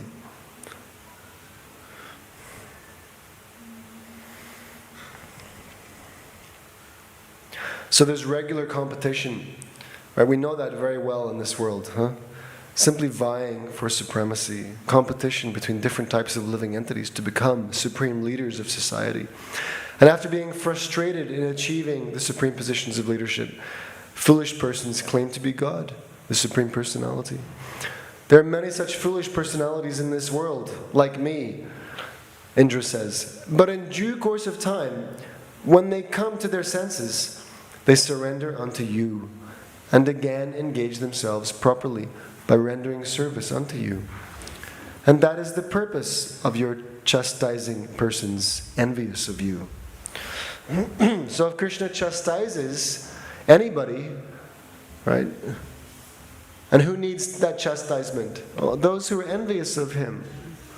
Those who are envious of God. They need chastisement. Why? So that they can ultimately recognize who actually is the Supreme, surrender to him, and engage themselves in his loving service. And that is for everyone's benefit. So if Krishna chastises you to make you come to your senses, to wake you up, and to situate you properly in your constitutional position, that is for your benefit. That is His mercy. Indra continues, "My dear Lord, I committed a great offense unto your lotus feet, being falsely proud of my material opulences, not knowing your unlimited power. Therefore, my Lord, kindly excuse me, because I am fool number one. Kindly give me your blessings so that I may not act so foolishly again. If you think, my Lord, that the offense is very great and cannot be excused, then I appeal to you that I am your eternal servant. You appear in this world to give protection to your eternal servants and to destroy the demons who maintain great military strength just to burden the very existence of the earth. As I am your eternal servant, kindly excuse me. My dear Lord, you are the Supreme Personality of Godhead. I offer my respectful obeisances unto you, because you are the Supreme Person and the Supreme Soul. You are the son of Vasudeva, and you are the Supreme Lord, Krishna, the Master of all pure devotees. Please accept my prostrated obeisances. You are the personification of supreme knowledge. You can appear anywhere according to your desire, in any one of your eternal forms. You are the root of all creation and the supreme soul of all living entities. Due to my gross ignorance, I created a great disturbance in Vrindavan by sending torrents of rain and a heavy hailstorm. I acted out of severe anger caused by your stopping the sacrifice which was to be held to satisfy me. But, my dear Lord, you are so kind to me that you have bestowed your mercy upon me by destroying all my false pride. I therefore take shelter of your lotus feet. My dear Lord, you are not only the supreme controller, but also the spiritual master of all living entities. So if you're looking for a spiritual master, then look no further than Krishna. He is the spiritual master of all living entities. Srila Prabhupada said just a few paragraphs previously that he is the supreme spiritual master. Indra is admitting this. So if one wants a spiritual master, you should go to Krishna. Krishna is your spiritual master, and Krishna is in your heart as the super soul. Therefore, he is known as Chaitya Guru, the spiritual master inside. And that spiritual master inside can reveal, only he can reveal, actually, the spiritual master outside. Because the spiritual master is Krishna's manifestation, Krishna's representative. So only Krishna can tell you who is representative of Krishna. So if you want to know, where is spiritual master? Who is spiritual master? Well, stop wondering. Go and cry to Krishna. Only he can convince you. And if we are not convinced, then we have to cry more. Because Krishna can convince you if you want to really know.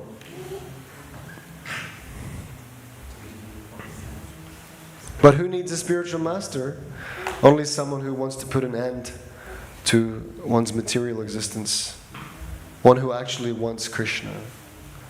That person requires a spiritual master. Others who simply want to further their material projects, their material aspirations, they do not require a spiritual master.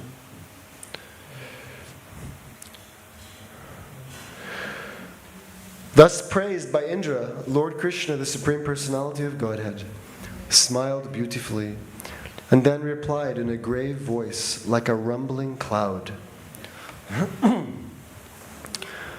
My dear Indra, I stopped your sacrifice just to show you my causeless mercy and to remind you that I am your eternal master. I am the master not only of you, but of all the other demigods as well. You should always remember that all your material opulences are due to my mercy. No living entity can independently become opulent. One must be favored by my mercy. Everyone should always remember that I am the Supreme Lord. I can show anyone my favor, and I can chastise anyone, because no one is superior to me. If I find someone overpowered by false pride, in order to show him my causeless mercy, I withdraw all his opulences. It is noteworthy that Krishna sometimes removes all of a rich man's opulences in order to facilitate his becoming a soul surrendered to him.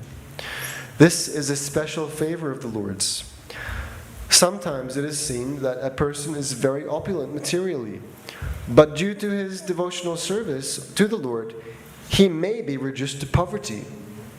One should not think, however, that because he worshipped the Supreme Lord, he became poverty-stricken.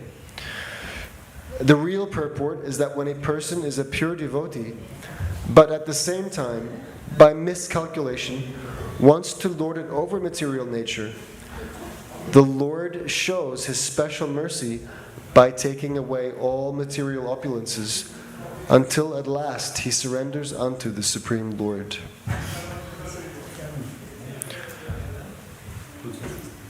So it's not that worshipping Krishna is the cause of anyone's poverty-stricken condition.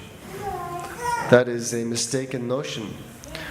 Rather, Krishna, if he wants to be merciful to a particular soul, and if that particular soul is a devotee of the Lord, but at the same time harbors some desire to lord it over material nature. He wants to lord it over. He wants to assert his controllership. Then Krishna will get to work. He will be very merciful to such a person by removing the obstacles to surrender, by removing the obstacles to pure love.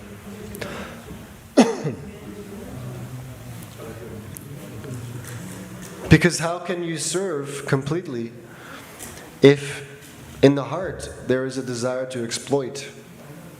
If you want to exploit Krishna's energy, then how are you available to serve Krishna's will? So to be completely surrendered to Krishna's will and to be available as a fit instrument for Krishna's desires, you cannot have an opposite inclination to dominate or to exploit Krishna's energy. Right? Do we understand this principle? Do we? Do we understand this principle? That if we want to serve Krishna, yes, if we want to be subservient to His will, we cannot have any desire in the heart to dominate, to exploit His energy. So if you want to be a devotee and at the same time you want to exploit, right, wealth or other people, you're not a fit instrument for Krishna's service. But if in your heart Krishna sees here's a devotee, they want to be a devotee, they're sincere, then Krishna will help you. How? He will remove all of your opulences so that all you're left with is surrender to Him.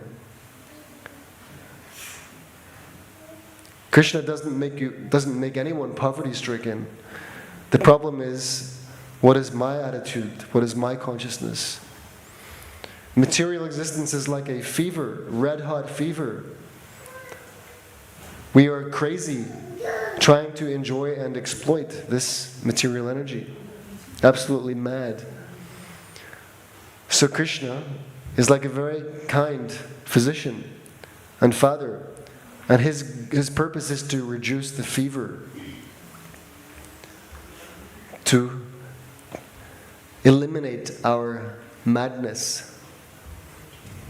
That's why we're reading this book. Yeah? Because by reading this book, we become clear. We become purified. Our madness is reduced if we accept these messages attentively. Yeah? So that's why we're doing this. And we're about to have Bhagavad Gita class. So there should never be the lack of opportunity to hear about Krishna in Krishna's temple.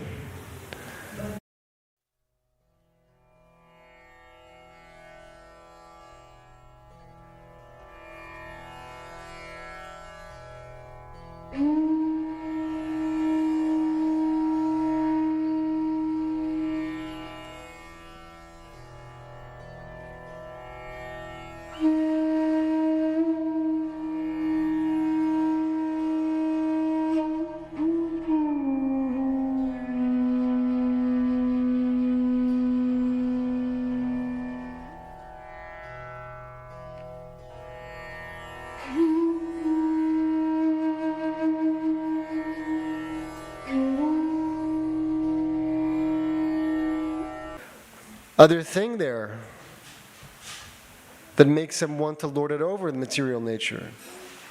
So when this is the case, the Lord shows His special mercy by taking away all material opulences until at last He surrenders unto the Supreme Lord. So if we want to avoid needing the removal of our material opulences, then we should just cut to the chase and give up the lording it over propensity.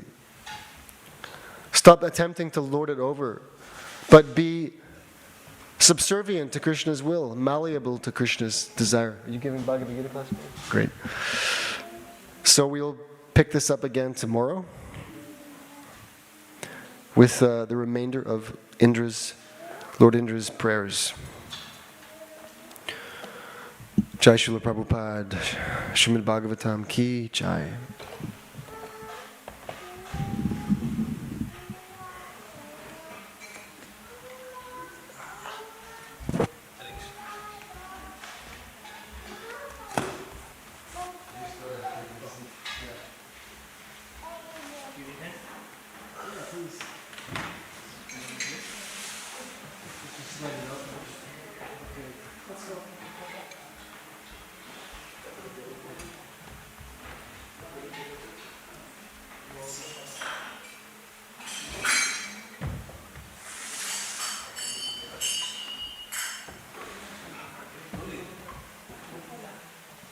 I'm instructed to make sure it's here for every speaker.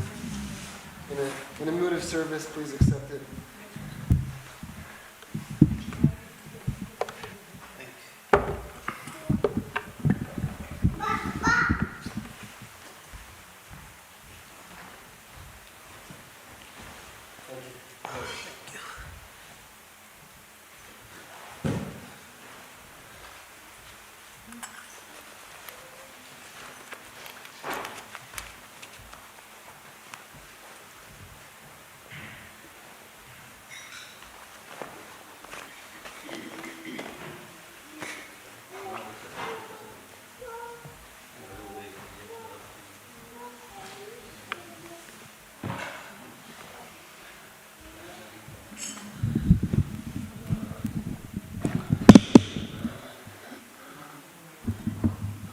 Hare Krishna.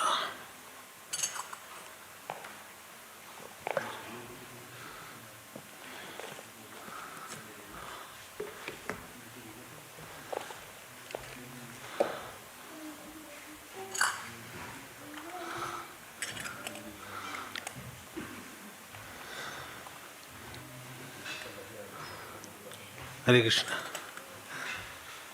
Start with Kirtan. Namo Vishnu Padaya Krishna Pristhaya Bhutale Srimati Bhaktivedanta Swami Iti Namine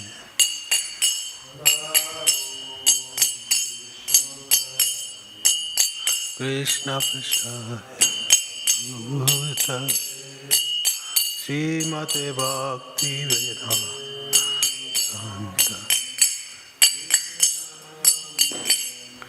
Namaste Saraswati Deve Gauravani Pracharine Nirvishesha Shunyavadi Pashatya Deshatarine Namaste Saraswati Deve Gauravani Pracharine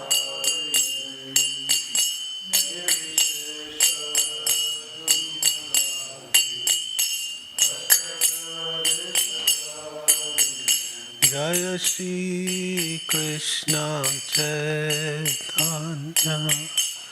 Prabhu Nityananda Shri Advaita Gadadhar Shivasadi Gaura Bhaktivedanta Krishna Chaitanya Prabhu Nityananda Shri Advaita Gadadhar Shiva Om Jaya Shri Krishna Chaitanya Prabhu Nityananda Shri Advaita Gadadhar Shivasadi Gaura Bhaktivedanta Krishna Chaitanya Prabhu Nityananda Gadadhar Shivas Go Jaya Shri Krishna Chaitanya Prabhu Nityananda Shri Advaita Gadadhar Shivasadi Gaura Bhaktivedanta Shri Krishna Chaitanya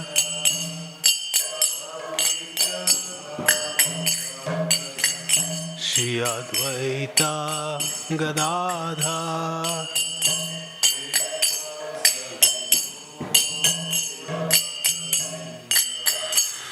Hare Krishna Krishna Krishna Hare Hare Hare Rama Rama Rama Rama Hare Hare Hare Krishna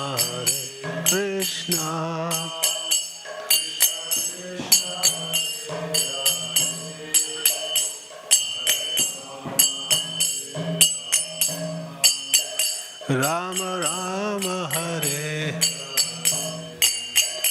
Hare Krishna Krishna Krishna Hare Hare Hare Rama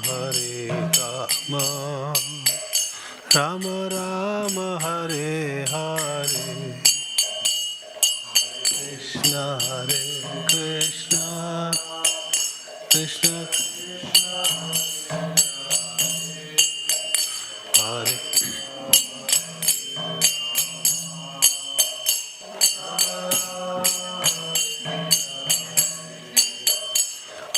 Krishna Hare Hare Krishna Krishna Krishna Hare Hare Hare Rama Rama Rama Hare Hare Hare Krishna Krishna Krishna Hare Hare Hare Rama Rama Rama Hare Krishna, Krishna Krishna, Hare Hare, Hare Rama, Rama Rama, Hare Hare. Hare Krishna, Krishna Krishna, Hare Hare.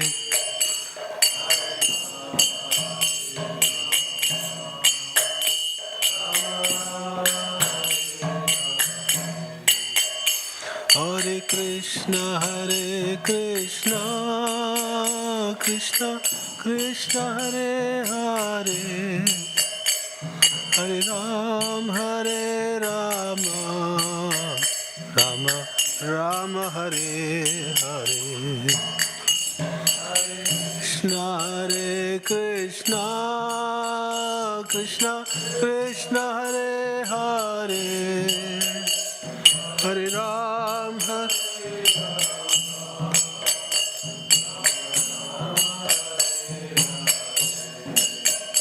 Hare Krishna, Krishna Krishna, Hare Hare, Hare Ram, Rama Rama, Hare Hare. Krishna, Krishna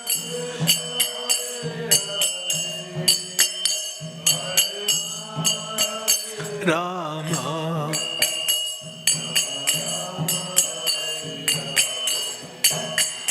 Hare Krishna, Krishna Hare Hare, Hare Rama, Rama Hare Hare. Hare Krishna, Krishna Hare Hare,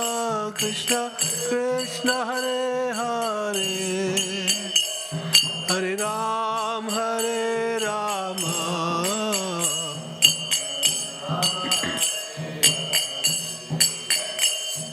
Hare Krishna, Krishna Hare Hare, Hare Ram, Ram Hare Hare. Hare Krishna, Hare Hare, Hare Ram. Hare Krishna, Krishna Hare Hare, Hare Ram, Ram Hare Hare.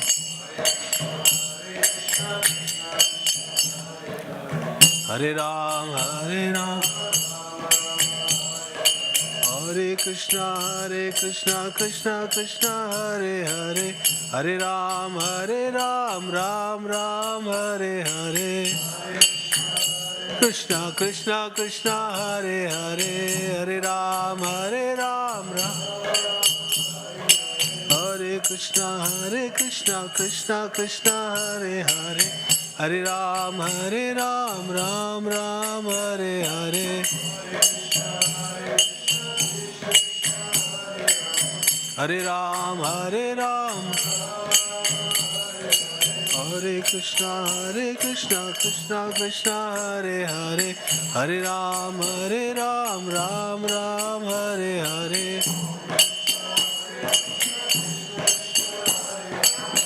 Hare Ram.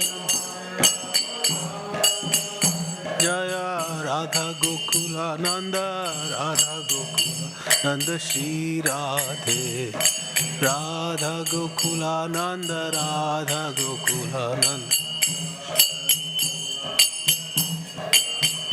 Jaya Sita Ram Lakshman Hanuman, Jaya Sita Ram Lakshman Hanuman, Sita Ram Lakshman Hanuman, Jaya Sita Ram.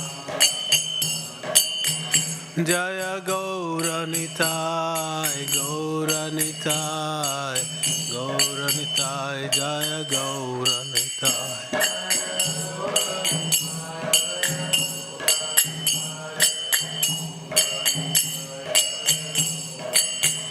Jaya Jaya Prabhupada, Prabhupada, Prabhupada, Jaya Jaya Prabhupada, Prabhupada, Prabhupada, Prabhupada, Jaya Jaya Prabhupada, Jaya Jaya Gurudev, Gurudev, Gurudev, Jaya Jaya Gurudev. Gurudev, Gurudev, Jai Jai Gurudev. Gaur Premanandi, Hari Hari.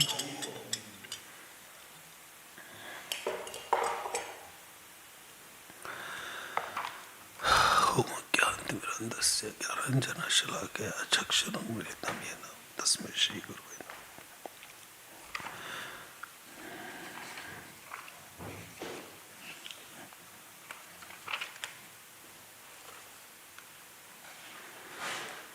Thank you for coming. Welcome to the Bhaktivedanta Manor. We'll be talking about Bhagavad Gita chapter 5 verse 11 in this class. Screen is not working. Okay. If you can find PG 5.11 on your phones, then you can recite with me. Otherwise, please bear with me. Om Namo Bhagavate Vasudevaya. Om Namo Bhagavate Vasudevaya. Om Namo Bhagavate Vasudevaya. Narayanam Namaskritya Naram Chaiva Narottamam Devim Saraswatim Vyasam Tato Jayam Udhirayet Nashtaprayeshu Bhadreshu Nityam Bhagavad Sevaya Bhagavati Uttama Shloke Bhaktir Bhavati Nashtiki. Hare Krishna. Alright, so we'll recite Bhagavad Gita chapter 5 verse 11. Kayena manasa buddhaya kevaler indriyerapi yogina karma kurvanti sangam tyavokma buddhaye ashuddhaye, sorry.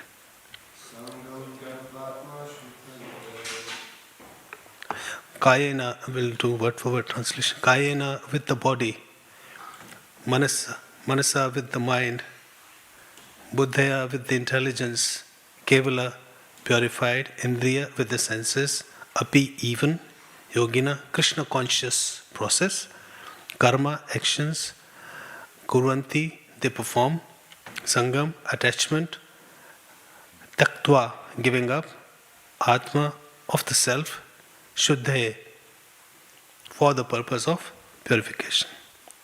So, translation and purport by His Divine Grace Srila Prabhupada.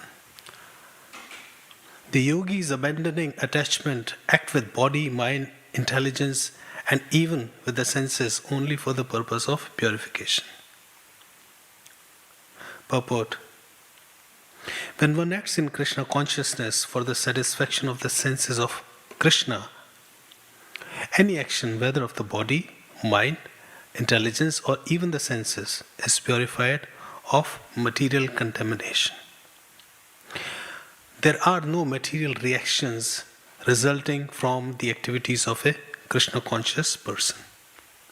Therefore, purified activities, which are generally called sadachar, can be easily performed by acting in Krishna consciousness. Sri Rupa Goswami in his Bhakti Rasamrita Sindhu 1-187 describes this as follows. Iha yasya hare dasye karmana manasa gira nikilashva api avithasma jivam mukta sa uchyate.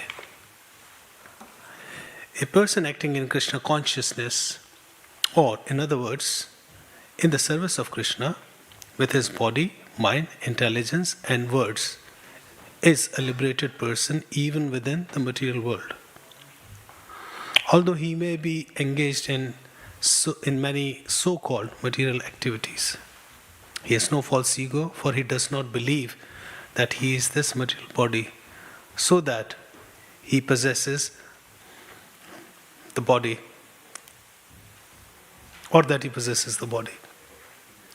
He knows that he is not this body and that this body does not belong to him. He himself belongs to Krishna, and the body too belongs to Krishna. When he applies everything produced of the body, mind, intelligence, words, life, wealth, etc., whatever he may have within his possession, to Krishna's service, he is at once dovetailed with Krishna. He is one with Krishna and is devoid of the false ego that leads one to believe that he is the body, etc. This is the perfect stage of Krishna consciousness. So this chapter 5 of the Bhagavad Gita is entitled Karma Yoga, Action in Krishna Consciousness. So generally we know karma, we have heard of karma, it means action. It also means action and reaction. People say, oh, he's getting his karma. That means he's getting reactions of what he did.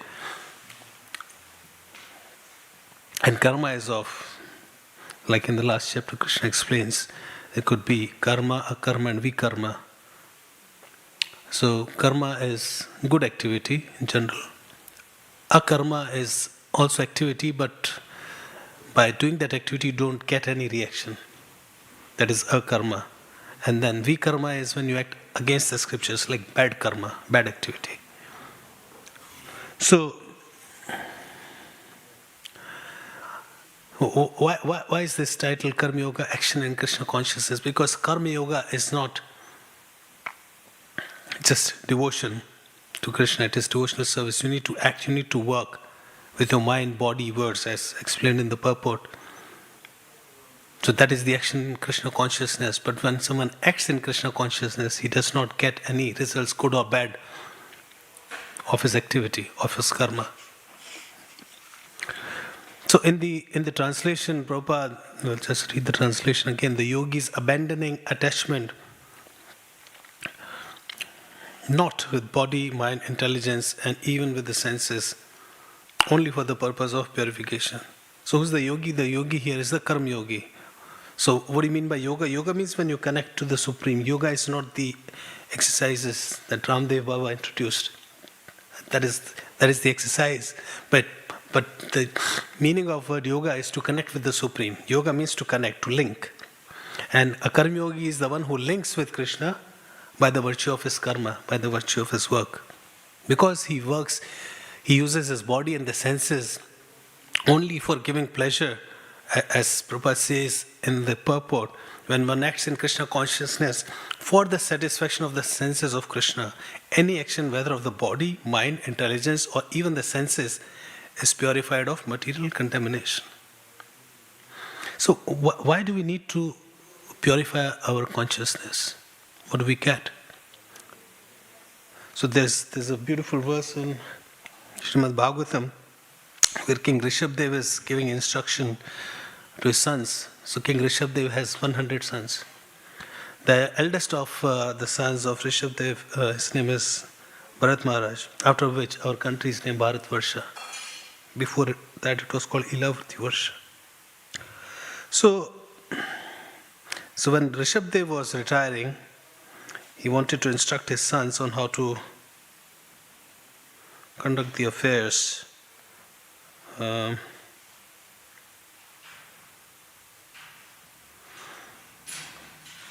What's that verse?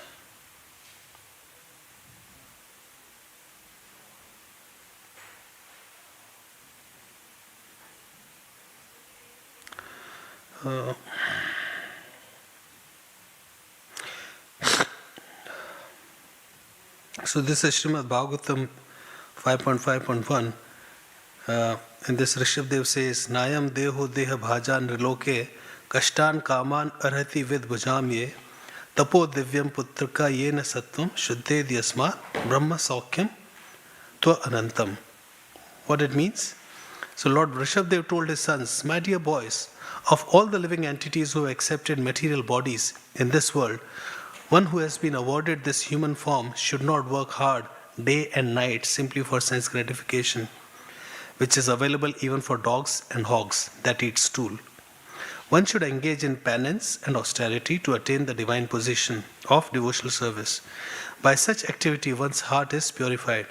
When one attains this position, he attains eternal blissful life, which is transcendental to material happiness and which continues forever. So why do we need to purify our consciousness?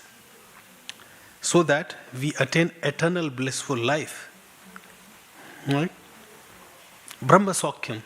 Brahma Saukyam is eternal pleasure, Hare Krishna, which never ceases, which never ends. So any pleasure in this world we work so hard to attain, regardless of whatever it is, it has a start date and an end date. Right? We work, as Rishabdev is telling his sons, that you should not work like hogs and dogs. Right? So the hog also works very hard all day long to eat stool. Right? So there is some sense gratification for the hog as well. But ultimately what he's saying is the purpose. So anyone who's got this human body, human life, their purpose is not to enjoy their senses like the hogs and the dogs, because these pleasures, what's that, ahar, nidra, bhay, mathun, is available to all living entities, also to human beings.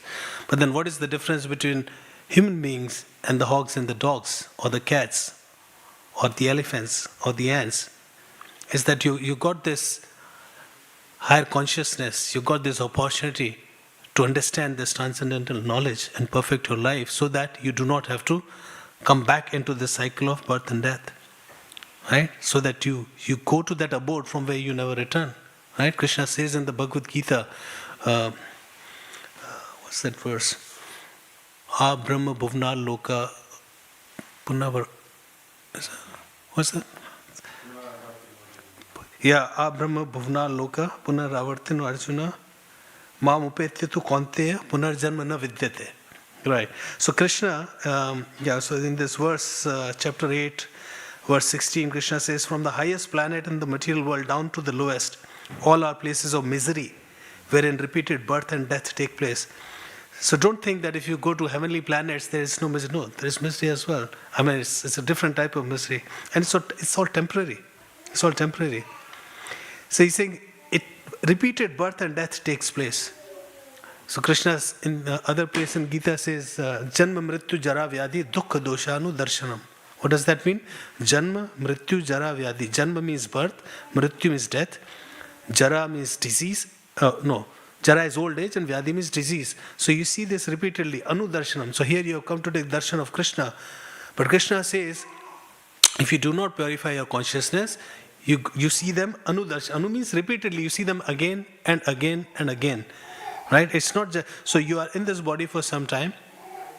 After, depending on however long you stay in this body, you leave this body, which is called death, and then you go into another body, depending on your karma. So this is like autopilot. Unless you surrender to Krishna. So like what happens when you put your car on autopilot? It'll keep on running unless you interfere, right? So similarly, you will keep on going on this material whirlpool of repeated birth, death, old age and disease. It's on autopilot. Only when you take shelter of Krishna, then Krishna pushes the brake. It comes off the autopilot and then Krishna takes charge. So unless you let Krishna take charge of your life by fully surrendering to Krishna, we are going to see these things. Anudarshanam, Janma Mrityu Jaravadi, Dukkha Doshanu. This is Dukkha.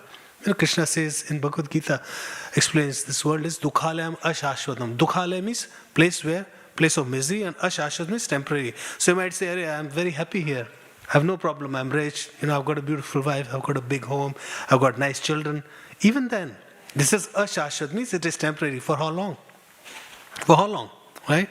So any intelligent person would think that, what is the purpose of my life? You have to come to that spiritual inquiry, Brahma Jigyasa. That Jigyasa should come. So that jigyasa, that inquiry will not come in the heart of a dog or a cat, but it should come in the heart of a human being, because you've got higher intelligence, right?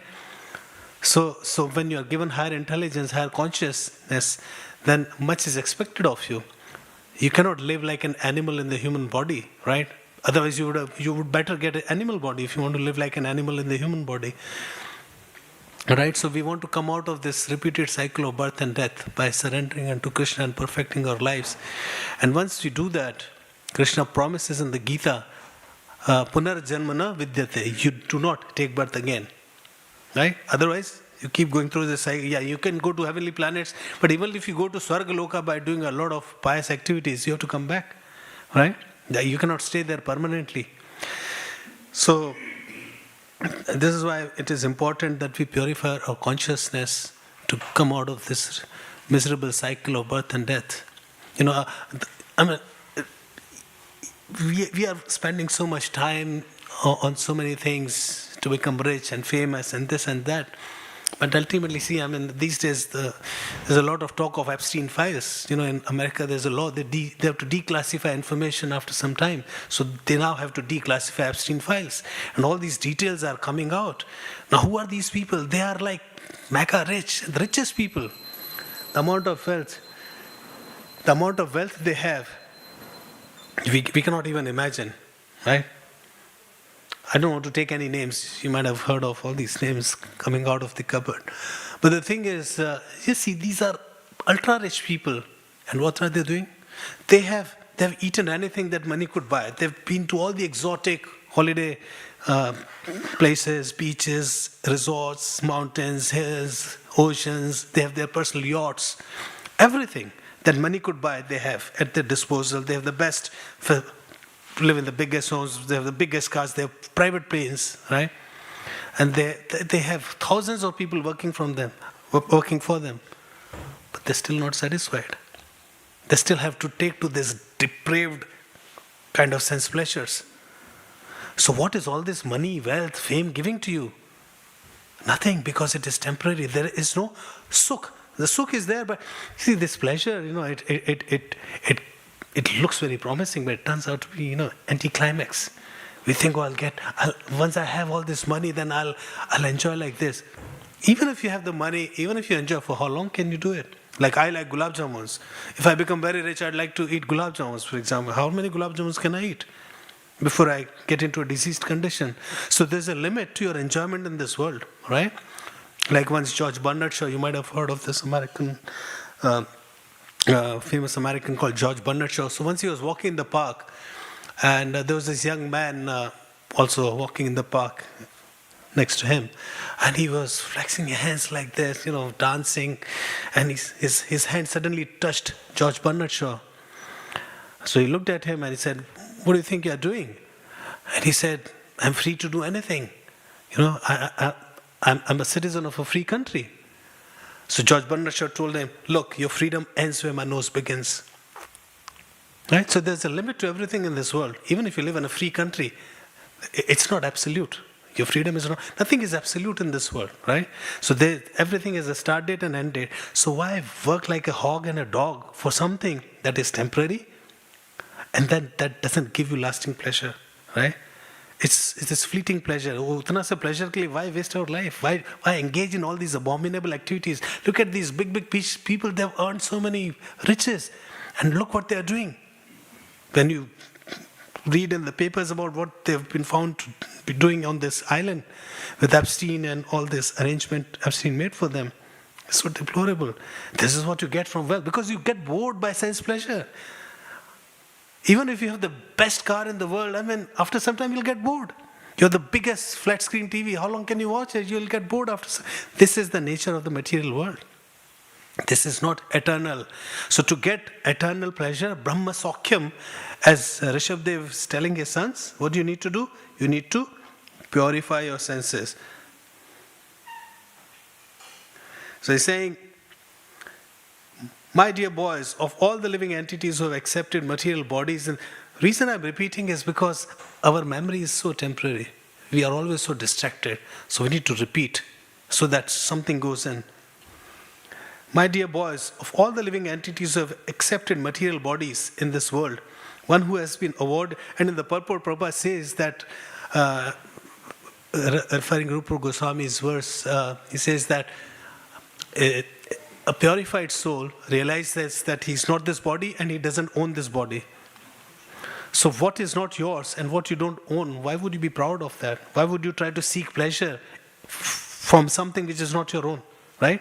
This body is given to you by somebody else. And this body is meant to be used in the service of that somebody else. Guess who that somebody else is? It's not your boss at work. It's not even your parents. It is Krishna. Right? Your parents are just an instrument. So, who have accepted material bodies in this world, one who has been awarded this human form should not work hard day and night simply for sense gratification, which is available even for dogs and hogs that eat stool. One should engage in penance and austerity to attain the divine position of devotional service. By such activity, one's heart is purified. Unless you do tapasya, why do you want to do what is the tapasya for a devotee? No meat eating, no illicit sex, no gambling, no intoxication of any kind.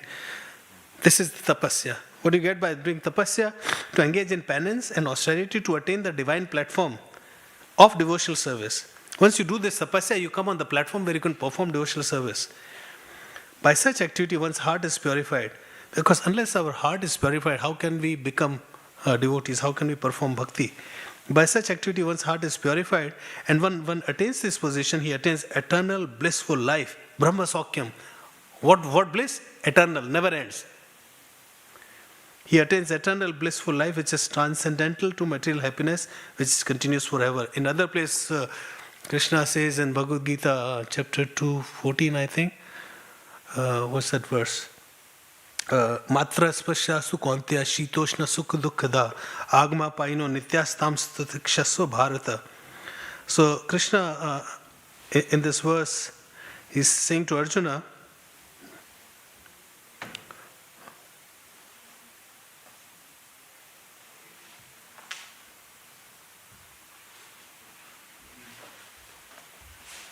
sorry, I'm just searching for it.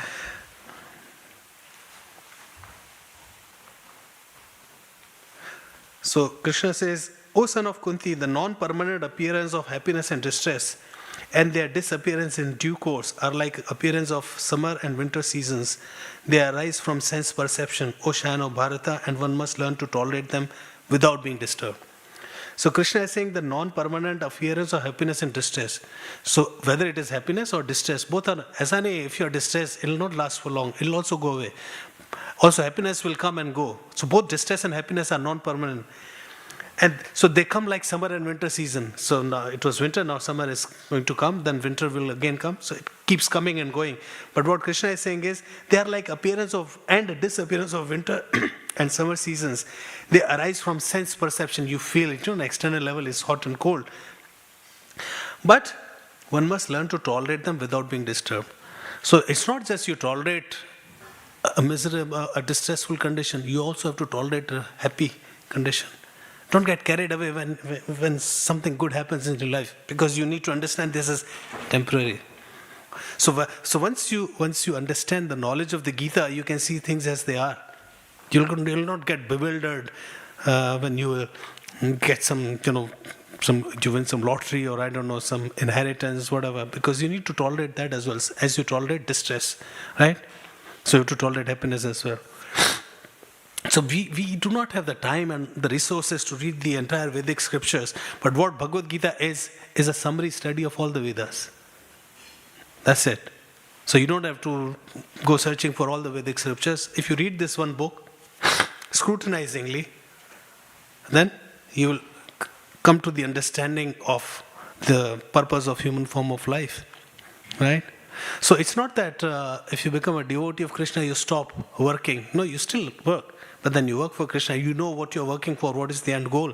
So as Krishna explains in chapter 5 that, so they do not, even the person with purified consciousness engages his mind, senses, intelligence, words, everything in the service of Krishna, but he does not get any reaction for that. It is akarma. Why? Because Krishna takes away the good and bad reactions of that work.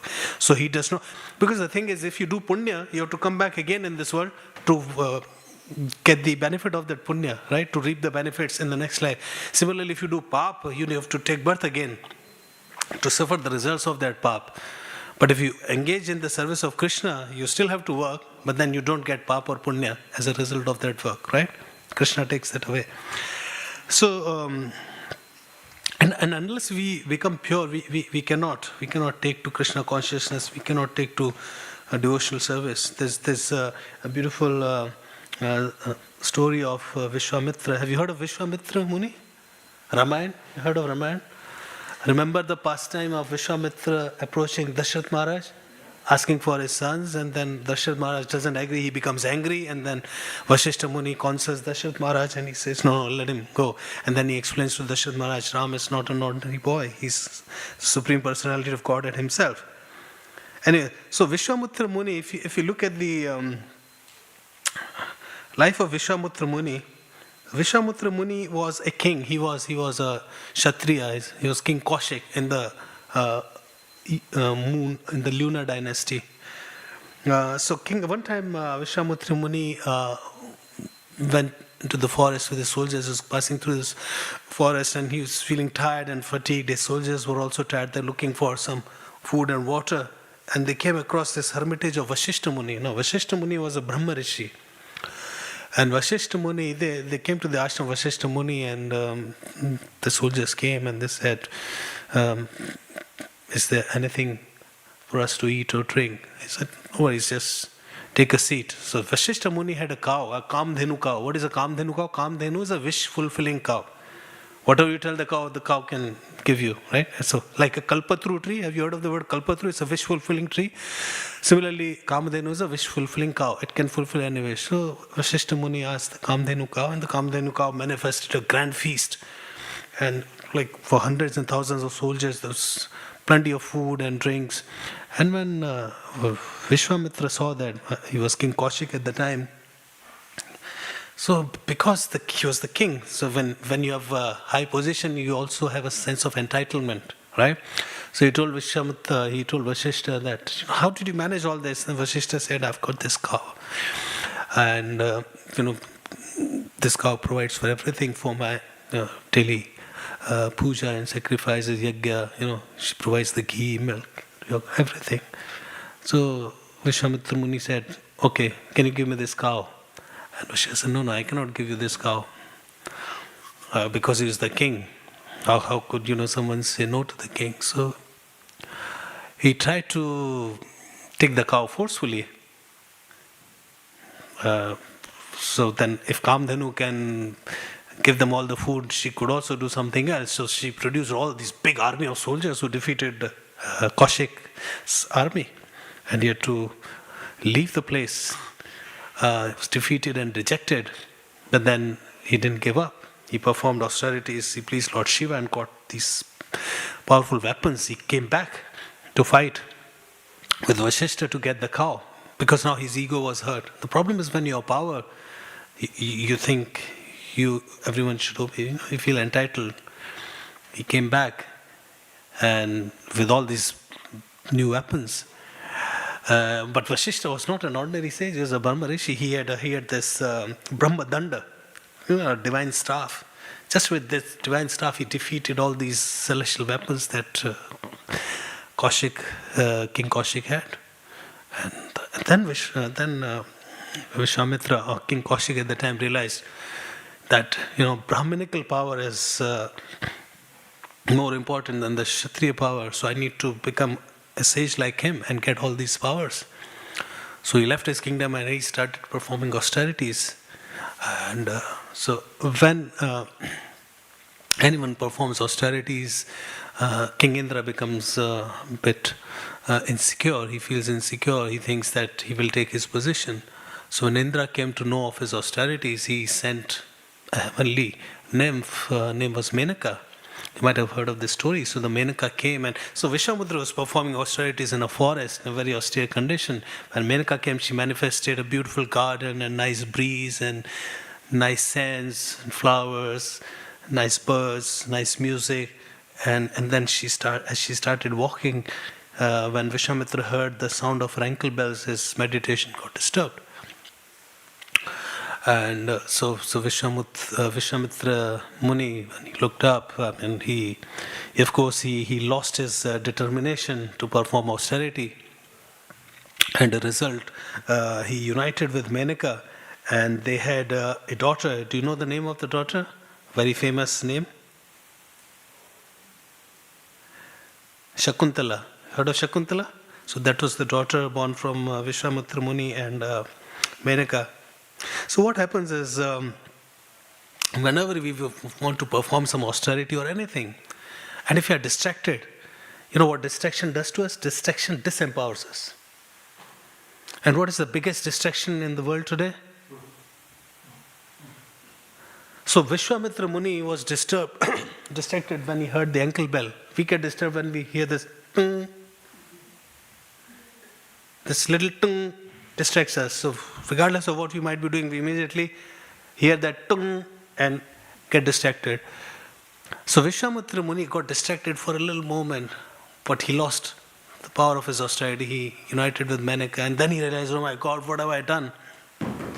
So he cursed Menaka so that she could never see him again. And Menaka went away.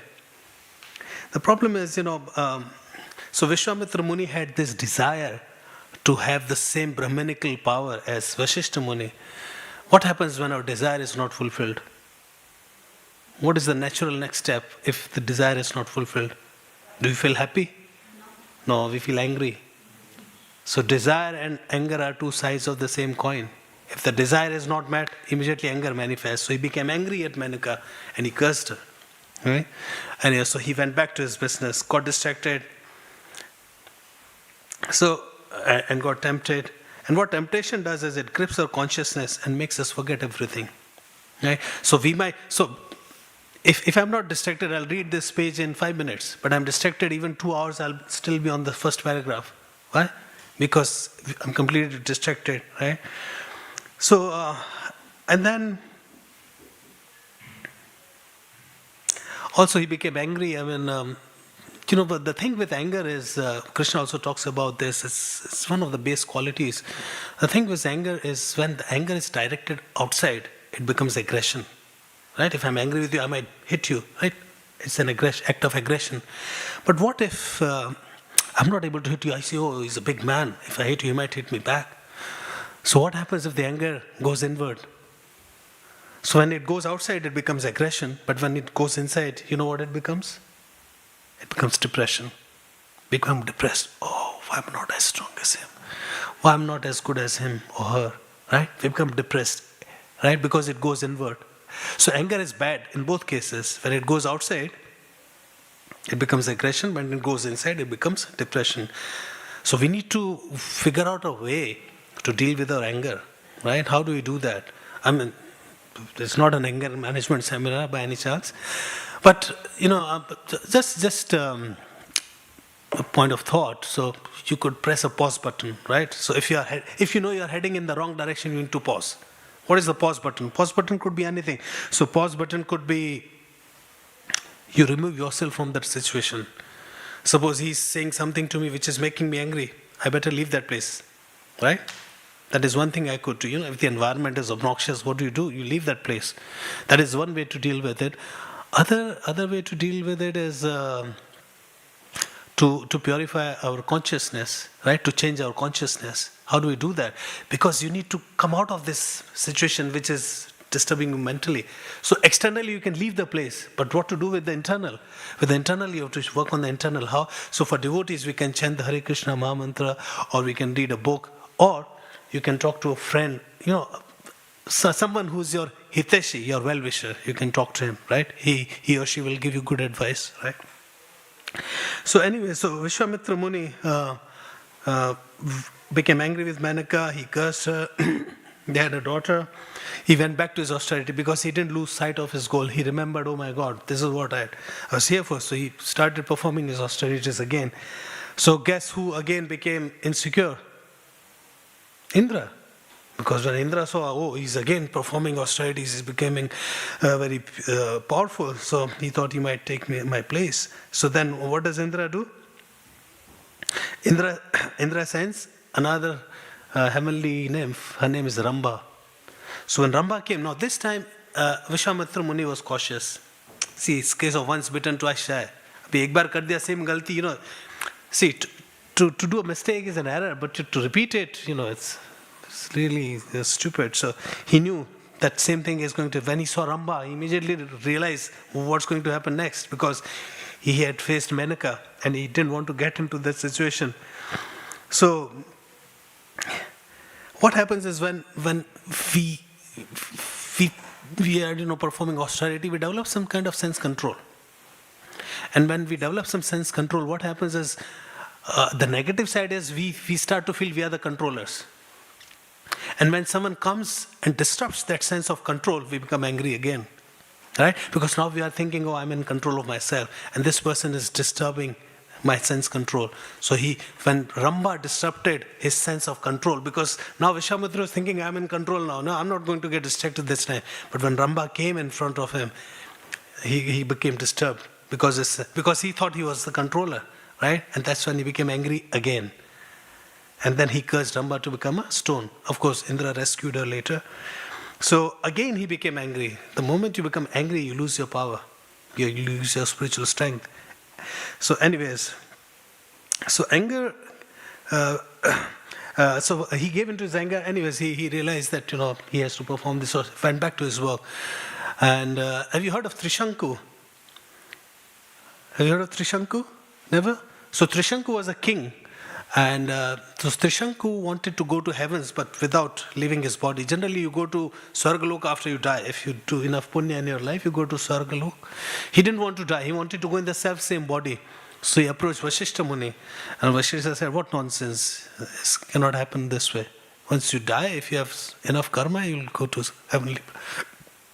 He knew that Vishwamitra Muni was performing austerities, and he wanted to have competition with Vashishta.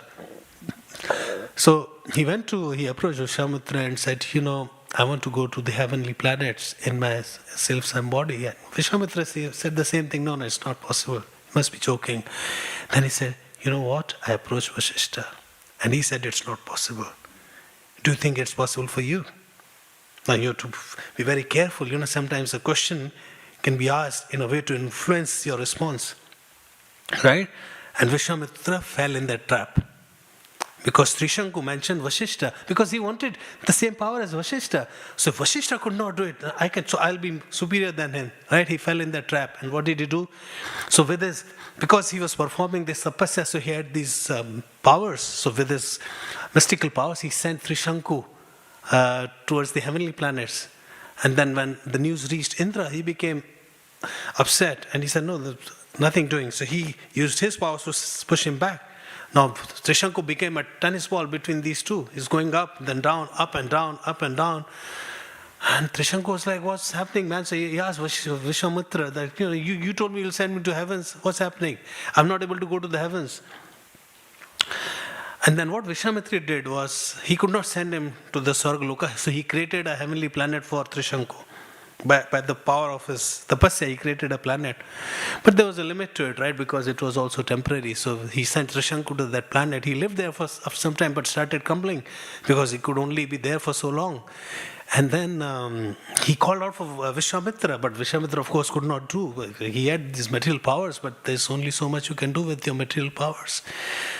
Then Trishanku called upon Lord Vishnu because he knew Lord Vishnu could save him. So Lord Vishnu, of course, he petitioned Lord Vishnu appeared, and then Lord Vishnu said, you have created a disturbance, your desire has caused disharmony in the universe. So you'll neither go to heaven nor to earth, you stay stuck in between earth and heaven. But what happened because of the Trishanku's meeting with Vishnu, when Vishwamitra came to know about Lord Vishnu appearing on the scene, his consciousness purified. He resumed his sacrifice. And finally, he perfected his tapasya to the extent that fire started to emanate from his body. And then the demigods became nervous, what's happening here? They approached Lord Brahma, so he's the head of all the demigods. So Lord Brahma went to Vishwamitra Muni and said, your tapasya is successful, you are now a Brahma Rishi. That's what he wanted to become, because Vasishtha was a Brahma Rishi. So Lord Brahma said, now you are a Brahma Rishi, please end your austerities.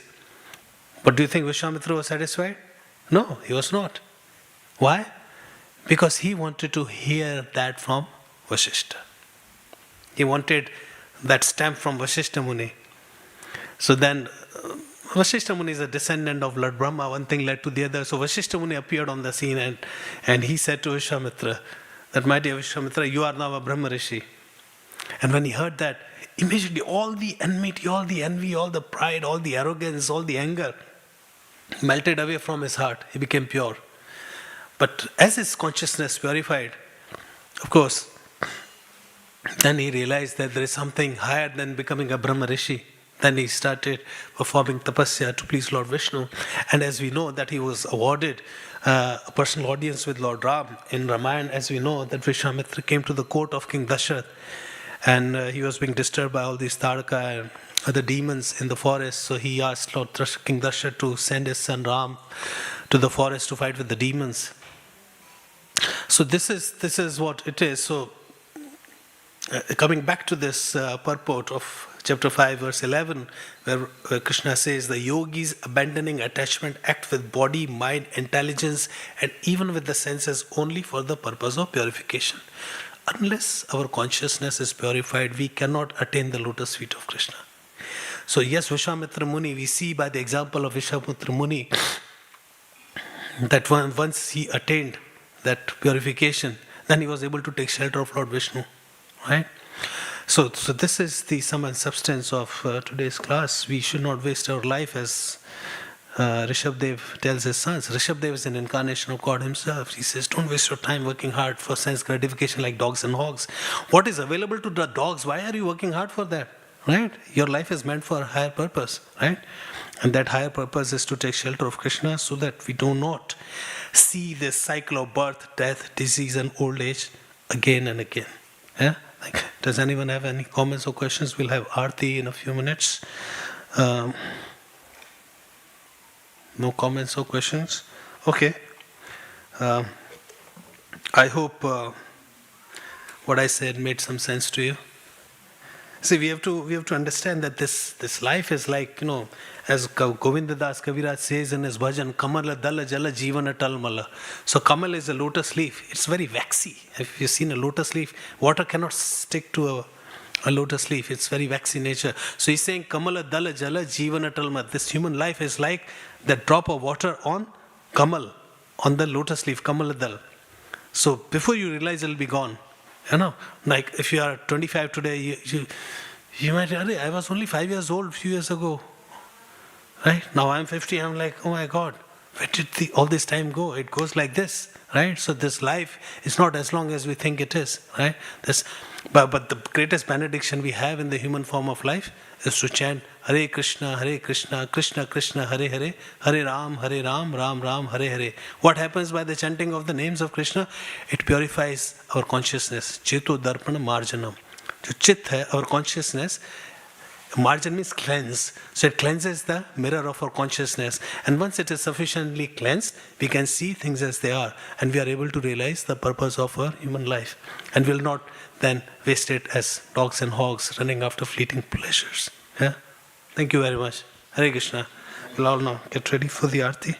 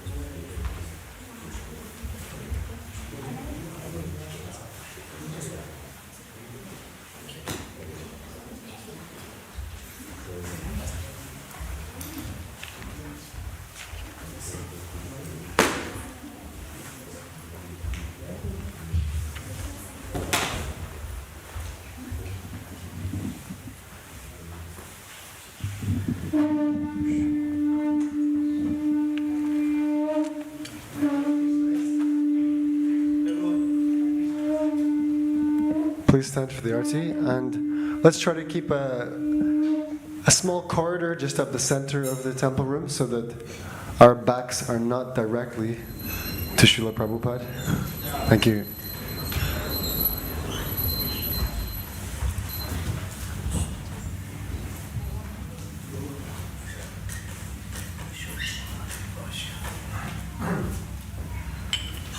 Namah Vishnu Padaya Krishna Prishtaya Bhutale Srimate Bhaktivedanta Swaminiti Namine Namah Vishnu Padaya Krishna Prishtaya Bhutale Srimate Bhaktivedanta Swaminiti Namine Namaste Saraswate Deve Gauravani Pracharine Nirvishesha Shunyavadi Paschatya Deshatarine Namaste Saraswati Devi Gauravani Pracharine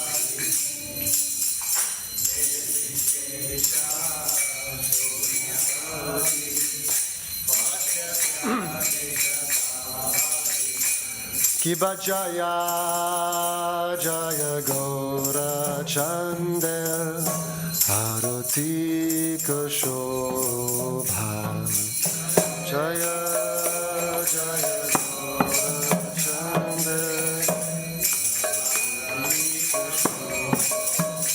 Kiba Jaya Jaya Gaura Chandel Arati Kashobha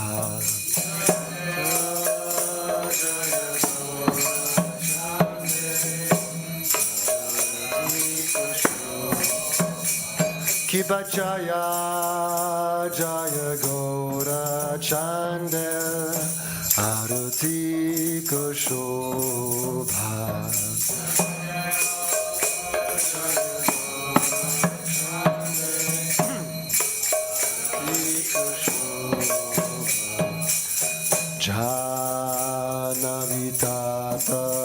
Janavitatavane Jagamana Lobha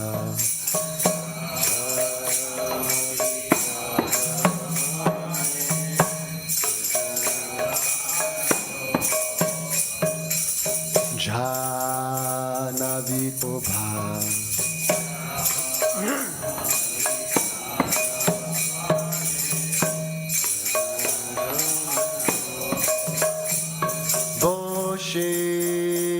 Ache Gora Chand Dakine Nitai Chand Bame Gada Dhara Dakine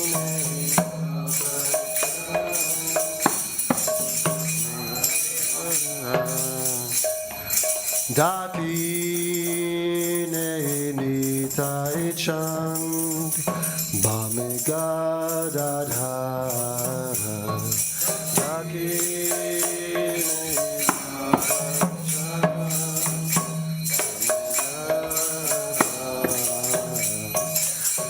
Nikate Advaita Srini Vasa Chatradhara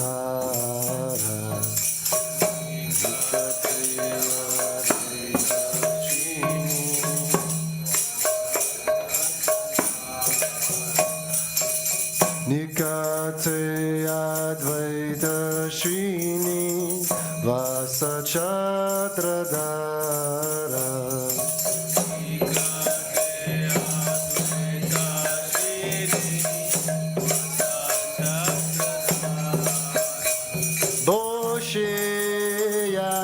Gaura Chand Ratna Simhasane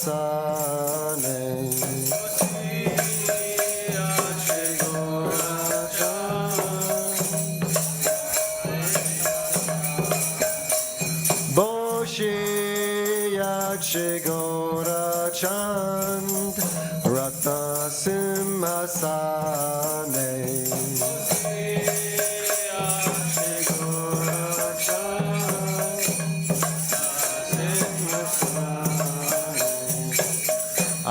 Arati Koren Brahma Adi Devagane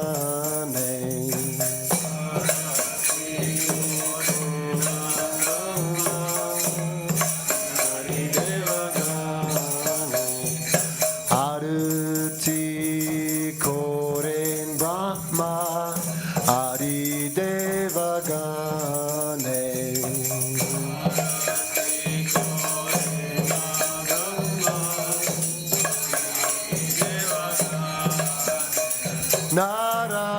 Narahari Adi Kori Chamaradulaya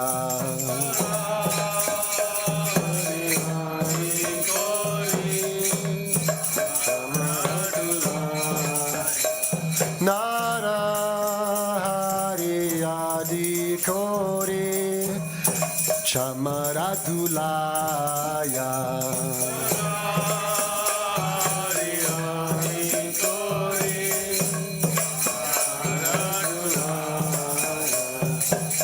Sanjaya Mukunda Vashu Ghosh Adigaya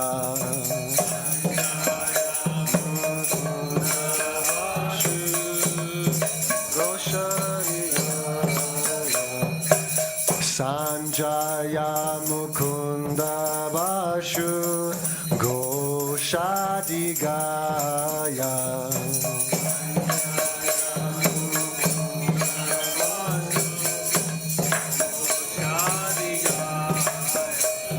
Shanka Bhaje Ganta Bhaje Bhaje Karatala Bhaje Ganta Bhaje Bhaje Karatala Shanka Bhaje Ganta Bhaje Bhaje Karatala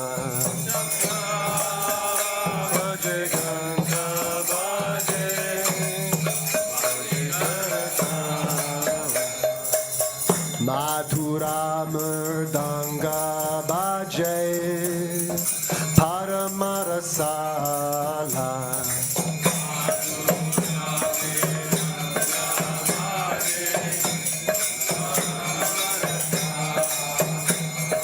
Madhura Mridanga Bhaje Paramarasala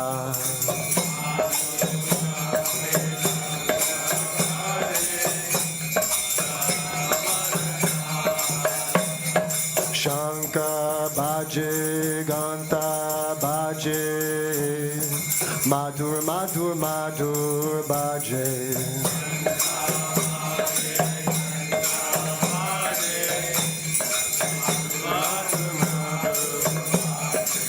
Shanka Bhaje Ganta Bhaje Madhur Madhur Madhur Bhaje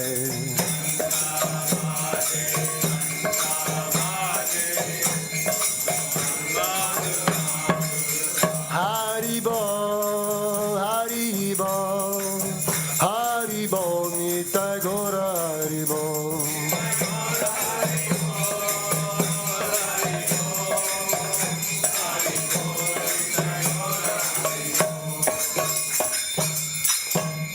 Bahu Koti Chandrajini Vadana Ujvala Bahu Koti Chandrajini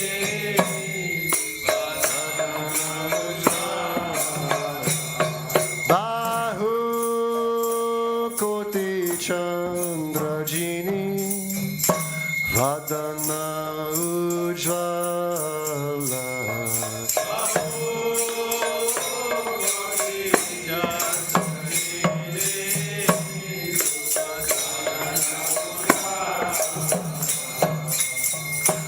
Gala Deshe Bana Mala Kore Jala Mala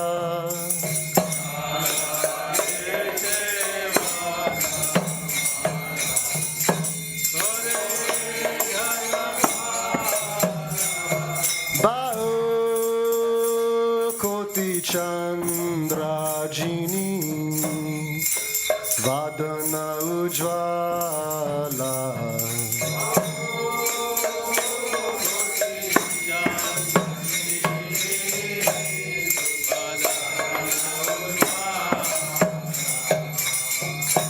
Gala Deshe Bana Mala Kore Jala Mala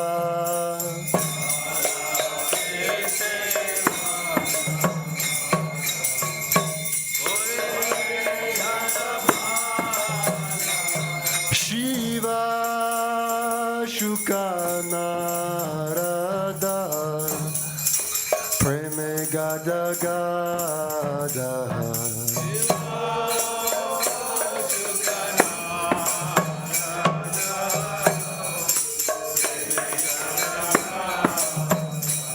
Shiva Shukanarada Preme Gada Gada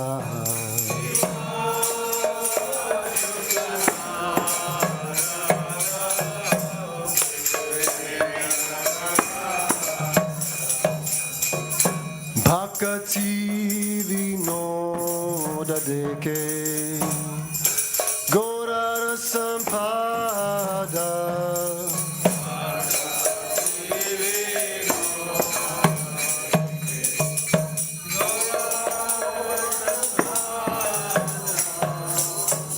Bhakti Vinoda Deke Gora Sampada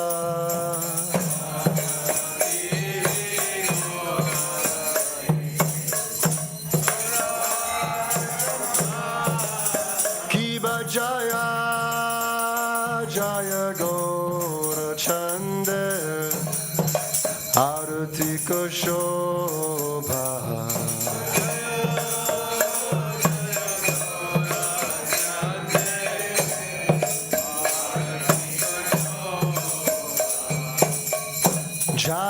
Janavita Tavane Jagamana Lobha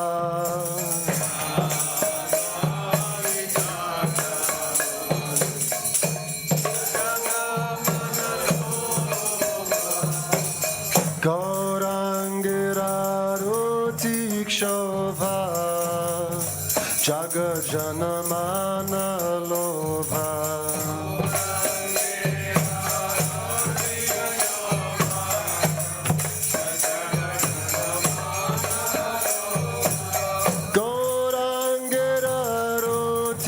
Shobha Jaga Janamana Lobha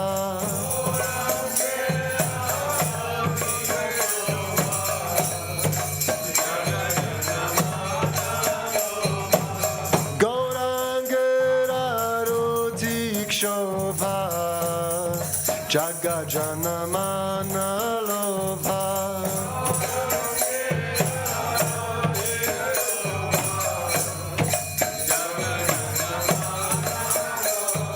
Haribol, Haribol, Haribol, Nitai Gora Haribol.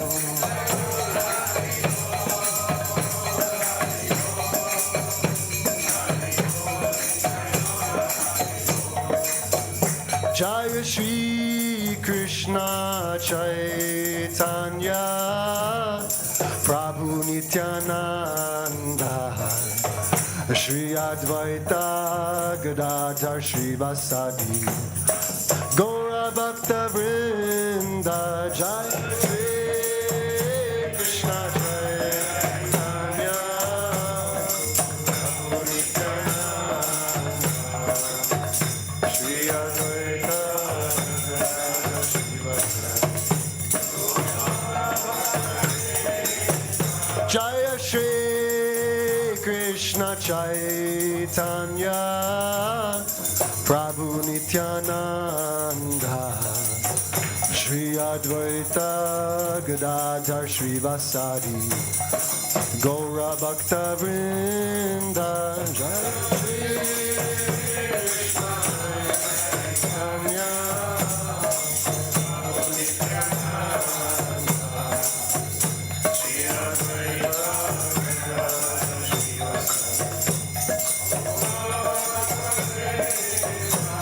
Hare Krishna, Krishna Krishna, Hare Hare, Hare Rama, Hare Rama, Rama Rama, Hare Hare. Krishna, Krishna Krishna, Hare Hare. Krishna Krishna, Hare Hare, Hare Rama, Hare Rama, Rama Rama, Hare Hare.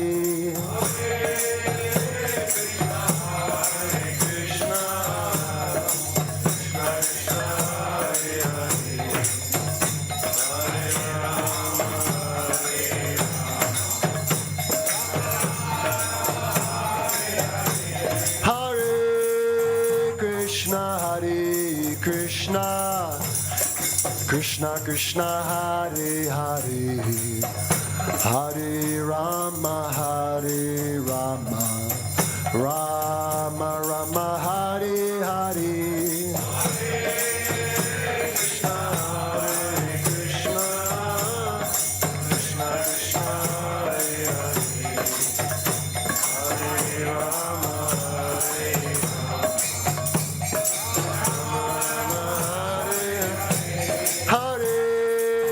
Krishna, Hare Krishna, Krishna Krishna, Hare Hare, Hare Rama, Hare Krishna Krishna, Hare Hare, Hare Rama, Hare Rama, Rama Rama, Hare Hare. Krishna Krishna, Hare Hare.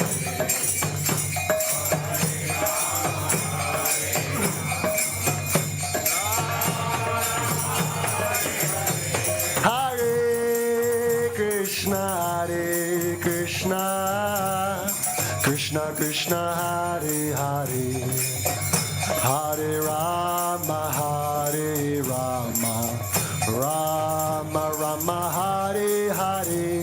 Hare Krishna, Krishna Krishna, Hare Hare, Hare Rama, Hare Rama, Hare Hare. Hare Krishna, Krishna Krishna, Hare Hare, Hare Rama, Hare Rama, Rama Rama, Hare Hare.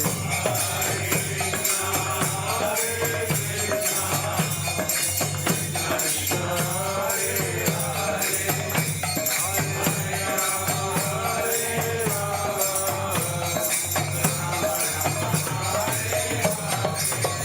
Hare Krishna, Krishna Krishna, Hare Hare, Hare Rama, Rama Rama, Hare Hare.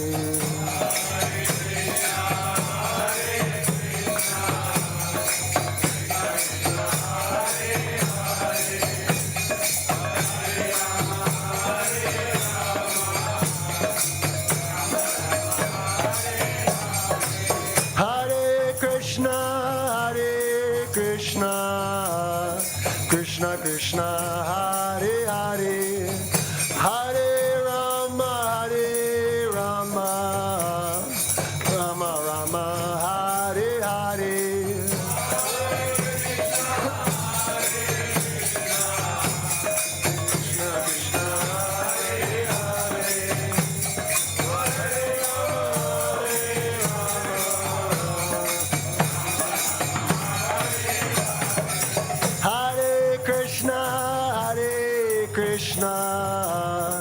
Krishna Krishna, Hare Hare, Hare Rama, Rama Rama, Hare Hare.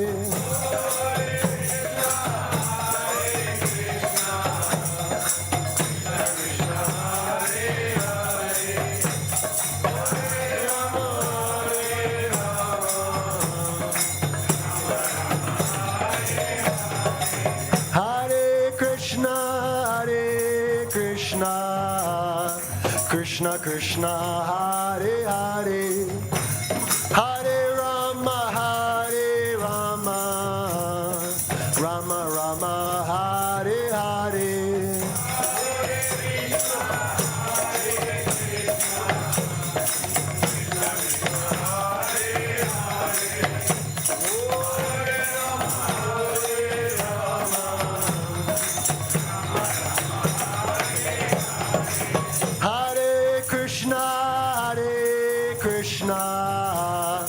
Krishna Krishna, Hare Hare, Hare Rama,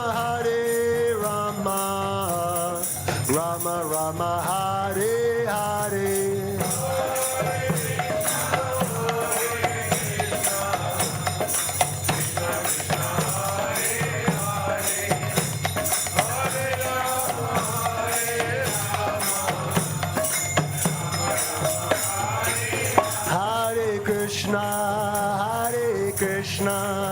Krishna Krishna, Hare Hare, Hare Rama, Rama Rama, Hare Hare.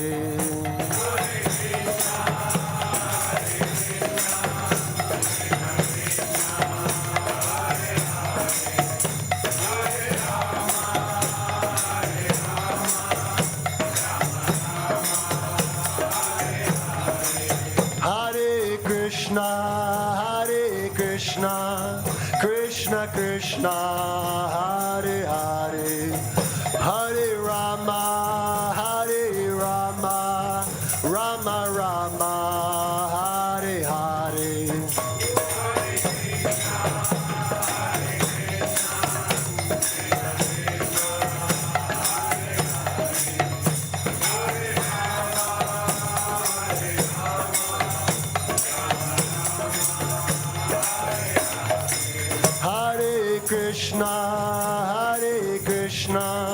Krishna Krishna, Hare Hare, Hare Rama, Rama Rama, Hare Hare.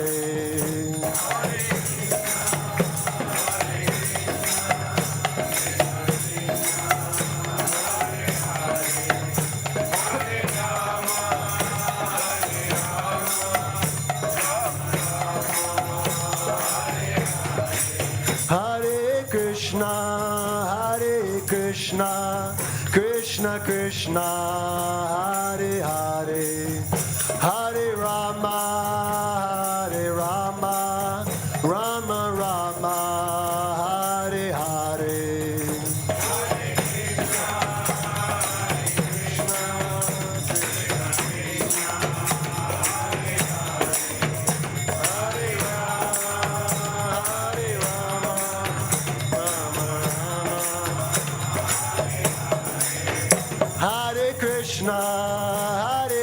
Krishna, Krishna Krishna, Hare Hare, Hare Rama, Hare Rama, Rama Rama, Hare Hare.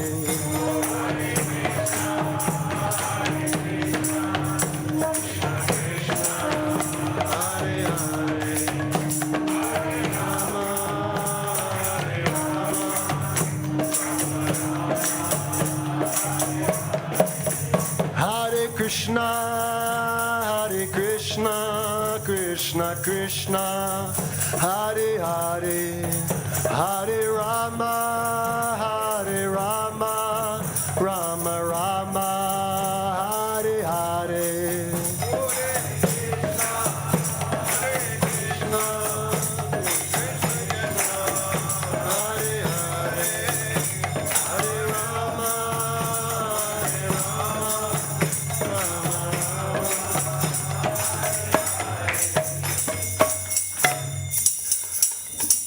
Please everybody bow down, heads to the floor. Jai Om Vishnupad Paramahamsa Parivrajikacharya Ashtotara Sata Shishimad, His Divine Grace Srila Abhay Charan Aravinda Bhaktivedanta Swami Srila Prabhupada Ki. Jai Om Vishnupad Paramahamsa Parivrajikacharya Ashtotara Sata Shishimad, His Divine Grace Srila Bhaktisiddhanta Sarasvati Goswami Maharaj Prabhupada Ki. Ananta Koti Vaishnava Vrinda Ki, Namacharya Srila Haridas Thakur Ki, Prem Sikaho Shri Krishna Chaitanya Prabhu Nityananda, Shri Advaita Gadadhar Shri Vasadi Gaura Bhakta Vrinda Ki, Shri Shri Radha Krishna Gopa Gopinatha Shamakund Radhakund Giri Govardhan Ki, Shri Shri Radha Gokulananda Ki, Shri Shri Sitaram Lakshman Hanuman Ki, Shri Shri Gauranitai Ki, Shri Vrindavan Dham Ki, Shri Navadvip Dham Ki, Ganga Mai Ki, Yamuna Mai Ki, Bhakti Devi Ki, Tulasi Devi Ki, Samaveta Bhakta Vrinda Ki, Jayanitai Gaur Premanandi. Haribol. All glories to the assembled devotees. All glories to the assembled devotees. All glories to the assembled devotees. All glories onto the lotus feet of Shri Shri Guru and Gauranga. All glories to Srila Prabhupada. Please everybody be seated and we will chant prayers to Lord Nrsimhadev, the ferocious half-man, half-lion incarnation of Krishna, who protects our spiritual lives and everything else.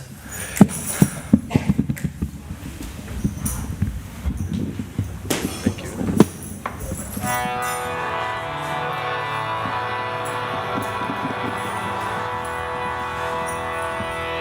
Namaste Nardasringhaya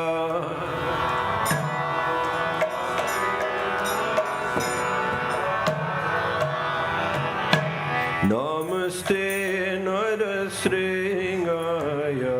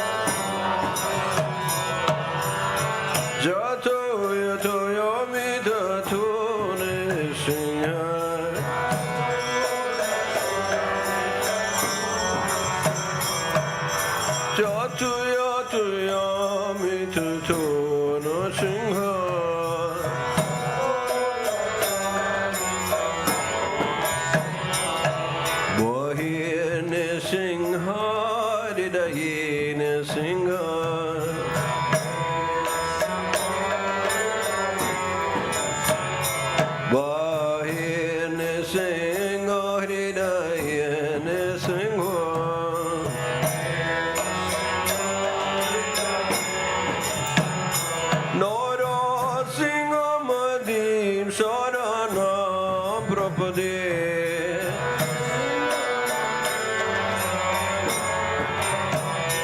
Narasimhamadem saranam prapade.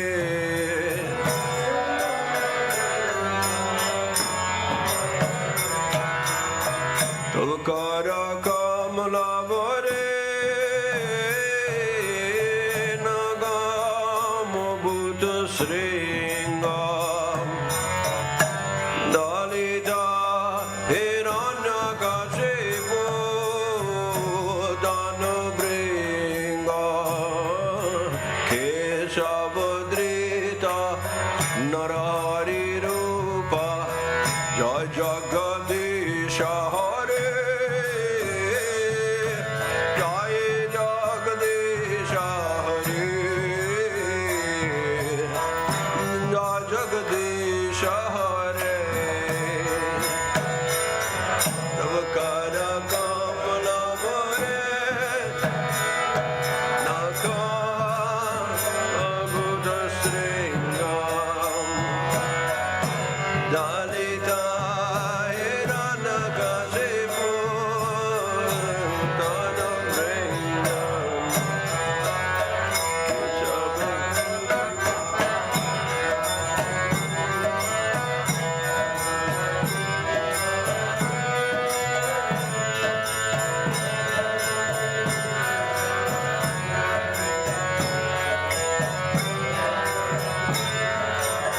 Keshavadrito narahari rupa jaya jagadisha hare jai jai jagadisha hare jai jagadisha hare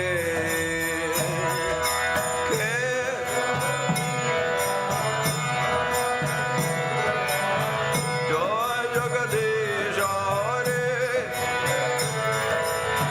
jai jagadisha hare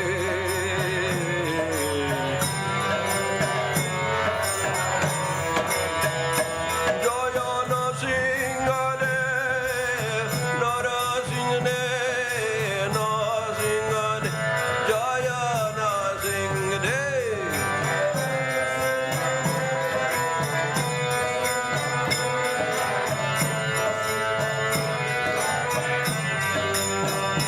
Jaya Prahlad Maharaj, Jaya Prahlad Maharaj, Prahlad Maharaj, Jaya Prahlad Maharaj.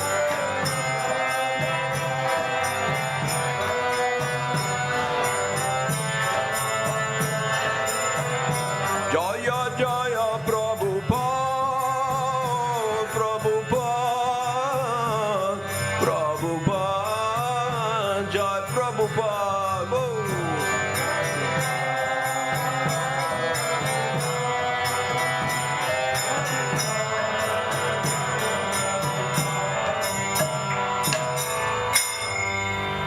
Shri Nrsimhadev Bhagavan ki, Prahlad Maharaj ki, Nitai Go Pramanandi Haribo.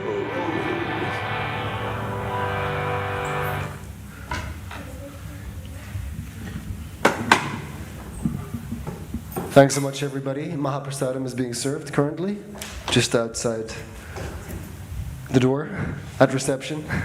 Run quickly before it's all gone. Hare Krishna.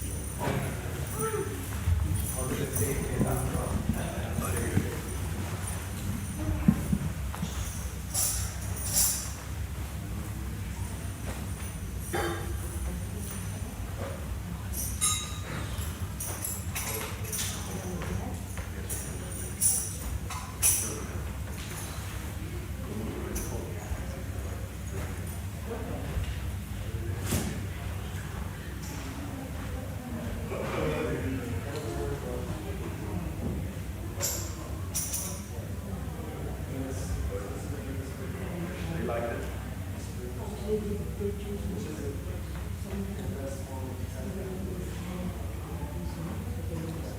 you, Chakra.